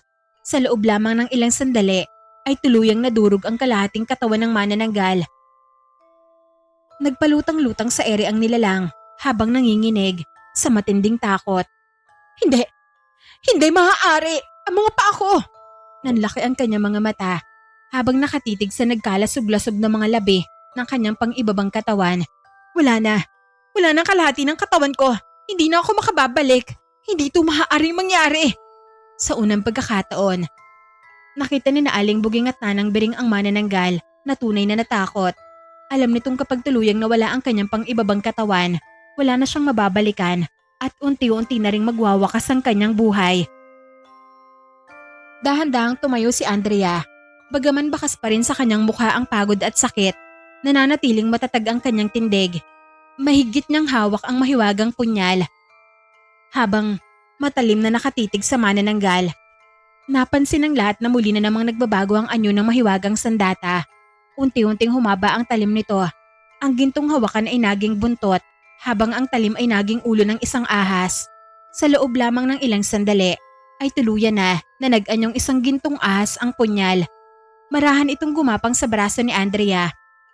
Paikot-ikot itong umakyat hanggang sa balikat ng bata na tila isa itong tapat na tagapagbantay. Huminto ang gintong ahas sa kanyang balikat. Dahan-dahan itong iniangat ang ulo at ibinuka ang bibig. Kumislap ang mahaba nitong pangil habang nakatitig ito sa manananggal. Kasabay noon ay nagliwanag ang mga mata ng ahas. Nagmistulang dalawang gintong apoy ang mga ito na nagbibigay ng nakamangingilabot na titig sa halimaw. Hindi. Bakit ganyan ang reaksyon ng mahiwagang punyal? Hindi kailanman yan nangyari noong hinawakan ko to. Hindi sumagot si Andrea. Patuloy lamang siyang nakatitig sa halimaw habang nananatili, nakalmado ang kanyang mukha. Hindi ko kailanman kinilala ng punyal. Hindi mo ito nakuha dahil karapat-dapat ka. Nakuha mo lamang ito dahil nilinlang mo ako. Lalong umangat ang ulo ng gintong ahas. Bahagyan nitong inilabas ang dila at itinutok ang matalim nitong mga pangal sa manananggal na tila anumang sandali ay handa na itong dumamba. Sa unang pagkakataon ay nakaramdam ng tunay na takot ang manananggal. Hindi na siya nakatawa. Unti-unti siyang umurong habang hindi maalis ang kanyang tingin sa gintong ahas na nakapatong sa balikat ni Andrea. Huwag kang lumapit. Ano ba talagang nilalang na yan? Hindi na nag-aksaya ng oras si Andrea. Buong lakas siyang lumundag sa ere habang mahigpit na hawak ang kaninang gintong ahas na bumalik sa pagiging mahiwagang gintong punyal. Nagliwanag ang buong kuweba dahil sa gintong sinag na nagmumula sa sandata. Hindi! Lumayo ka sa akin! Ngunit huli na ang lahat. Sa isang mabilis na paglusob ay bumaon ang gintong punyal sa gitna ng dibdib ng manananggal. Napasigaw ang nilalang habang nabutas ang kanyang dibdib. Kumalat ang nakakasilaw na gintong liwanag sa buong katawan nito. Dahil sa lakas ng kanyang pag-atake ay bumagsak din si Andrea sa matigas na sahig ng kuweba at nagpagulong-gulong ng ilang ulit. Samantala, nanatiling nakabaw ng gintong punyal sa dibdib ng manananggal. Ilang sandali lamang ay muli na namang nagbago ang anyo nito. Unti-unting humaba ang talim hanggang sa naging isang gintong ahas. Kumislap ang mga mata nito bago ito tuluyan. Nagkumat pang papasok sa sugat ng manananggal. Anong ginagawa mo? Lumabas ka! Lumabas ka sa katawan ko! Lalong namilipit ang manananggal sa matinding sakit. Mula sa ilalim ng kanyang balat ay makikitang gumagalaw ang gintong ahas na tila nililibot ang bawat bahagi ng kanyang katawan. Bakit hindi ka na makatawa? Tapos na ba masasayang araw mo? Hindi nagtagal ay umakyat ang ahas patungo sa leeg ng nilalang. Bigla nitong inilabas ang ulo mula sa bibig ng manananggal. Kasabay noon ay nagliwanag ang mga mata ng gintong ahas. Sa isang iglap ay kumalat ang mahiwagang kamandag sa buong katawan ng manananggal. Unti-unting nabitak ang kanyang mga mata. Hindi maaari. Ayoko magwakas ng ganito. Mabilis na kumalat ang mga bitak sa kanyang mukha, leeg, dibdib at mga pakpak. Ang dating matigas niyang balat ay unti-unting naging kulay abo. Nanlaki ang mga mata nila Aling Buging at Tanang Bering habang pinagmamasdan ang nangyayari. Sa huling pagkakataon ay napasigaw ang manananggal. Wala naman palang binatbat ang manananggal sa husay ng anak ko. Kasabay ng sigaw na yon ay tuluyan na nagkalasog-lasog ang katawan ng manananggal. Unti-unti itong gumuho hanggang sa maging abo na lamang na tinangay ng malamig na hangin sa loob ng kuweba. Muling gumapang ang gintong ahas sa binti ni Andrea. Marahan itong gumapang sa braso ng bata at nagtungo sa palad. Sa isang kisap mata ay nagbalik ito sa dati nitong anyo bilang isang maliit na gintong punyal. Kasabay ng pagkawala ng manananggal ay tumigil ang pagyanig ng kuweba. Unti-unting naglaho ang madilim na enerhiyang bumabalot sa buong lugar. At sa kauna-unahang pagkakataon ay nabalot ng katahimikan ang mahiwagang kuweba. Kailangan ko kayong gamatin. Marami kayong natamang mga sugat. Ayos lang kami anak. Ang mahalaga ngayon, ligtas ka. Ligtas tayong tatlo. Tama, pwede na po tayong umuwi at tapusin ang mga aswang na gumagambala sa buong San Nicolas. Kailangan natin silang lipulin mula sa mga bunga hanggang sa pinakapuno. Gusto ko nang makaharap ang pinuno nila. Magagapin natin sila sa tulong nyo. Lalo ka na Nanang Bering kapag nagsama ang hiwaga ng mga kasangkapan natin. Hindi na makakapalag ang mga aswang, lalo na ang pinuno nila. Tagumpay na nakabalik ng San Nicolas ang tatlo, ngunit ginabi sila at saktong sinasalakay ng mga aswang ang buong baryo. Mga pangit, nandito kami. Kami ang silakayin nyo. Huwag ang mga inosenteng tao. Mabilis na nakuha ni Andrea ang atensyon ng mga halimaw. Nagtipon ang mga ito sa sentro ng baryo at handa ng sumalakay. Sa kabilang panig, nakatayo ang tatlo, handang ipagtanggol ang kanilang mga kababaryo laban sa mga nilalang. Uunahan ko na sila bago pa sila makadiskarte. Itinarak ni Andrea ang punyal sa lupa na ikinalikha ng malaking buhawi na may kasamang mga buhangin. Nang akmang pupulbusin na sana ni Andrea ang mga aswang gamit ang gintong punyal, bigla naman na nagsalita si Nanang Bering. Ibigay mo sa akin ang punyal, Andrea, o papatayin ko ang nanay mo. Paglingon ng bata, hawak na ng matanda si Aling Buging. Unti-unting nagbago ang katawan ni Nanang Bering, tumubo ang matutulis na pangil, humaba ang kanyang mga kuko at lumitaw ang malalapad na pakpak nito. Nanang Bering, isa kang aswang. Hindi lang aswang, kundi ay ang pinuno ng mga aswang. Ibigay mo na sa akin ang punyal. Dahil yan na naman ang pakay ko. Kaya nakipagkaibigan ako sa inyo. Bilisan mo. Kung gusto mo pang mabuhay itong nanay mo. Huwag. Pakiusap. Huwag mo pong sasaktan ng nanay ko. Ngunit agad na nagpumigla si Aling Bugeng. Nadaplisan niya ng itakang pisngi ng pinuno ng mga aswang bago tumakbo patungo sa anak. Sinasabi ko na nga ba? Noong una pa lamang inararamdaman ko ng may lihim kang tinatago na ng bering. Hindi mo malang nagamit ang tungkod mo noong dinagit ng manananggalang anak ko? Nang sandaling yon, magkasama na ang mag-ina at magkasama na rin ang pinuno ng mga aswang at ang kanyang hukbo. Nagsimula ang paglusob. Maraming ordinaryong aswang ang napatay sa banggaan ng liwanag at dilim. Nagtunggali ang mahiwagang tungkod ng matanda laban sa gintong punyal ni Andrea. Sa bawat salpukan, kumakalat ang liwanag sa buong baryo, nawaring tinataboy ng kadiliman. Ang malas mo naman Nanang Bering. Ngayon wala na ako natitirang awa sa'yo. Oras na para tapusin kita. Itinarak ni Andrea ang gintong punyal sa buhangin. Nawaglit ang gintong punyal. Naging mahiwagang ahas ito na gumapang sa buhangin. At nang eksaktong marating nito ang kinatatayuan ng pinuno ng mga aswang, ay agad itong lumabas sa lupa at pinalaputan ng pinuno kasama ang mahiwagang tungkod nito.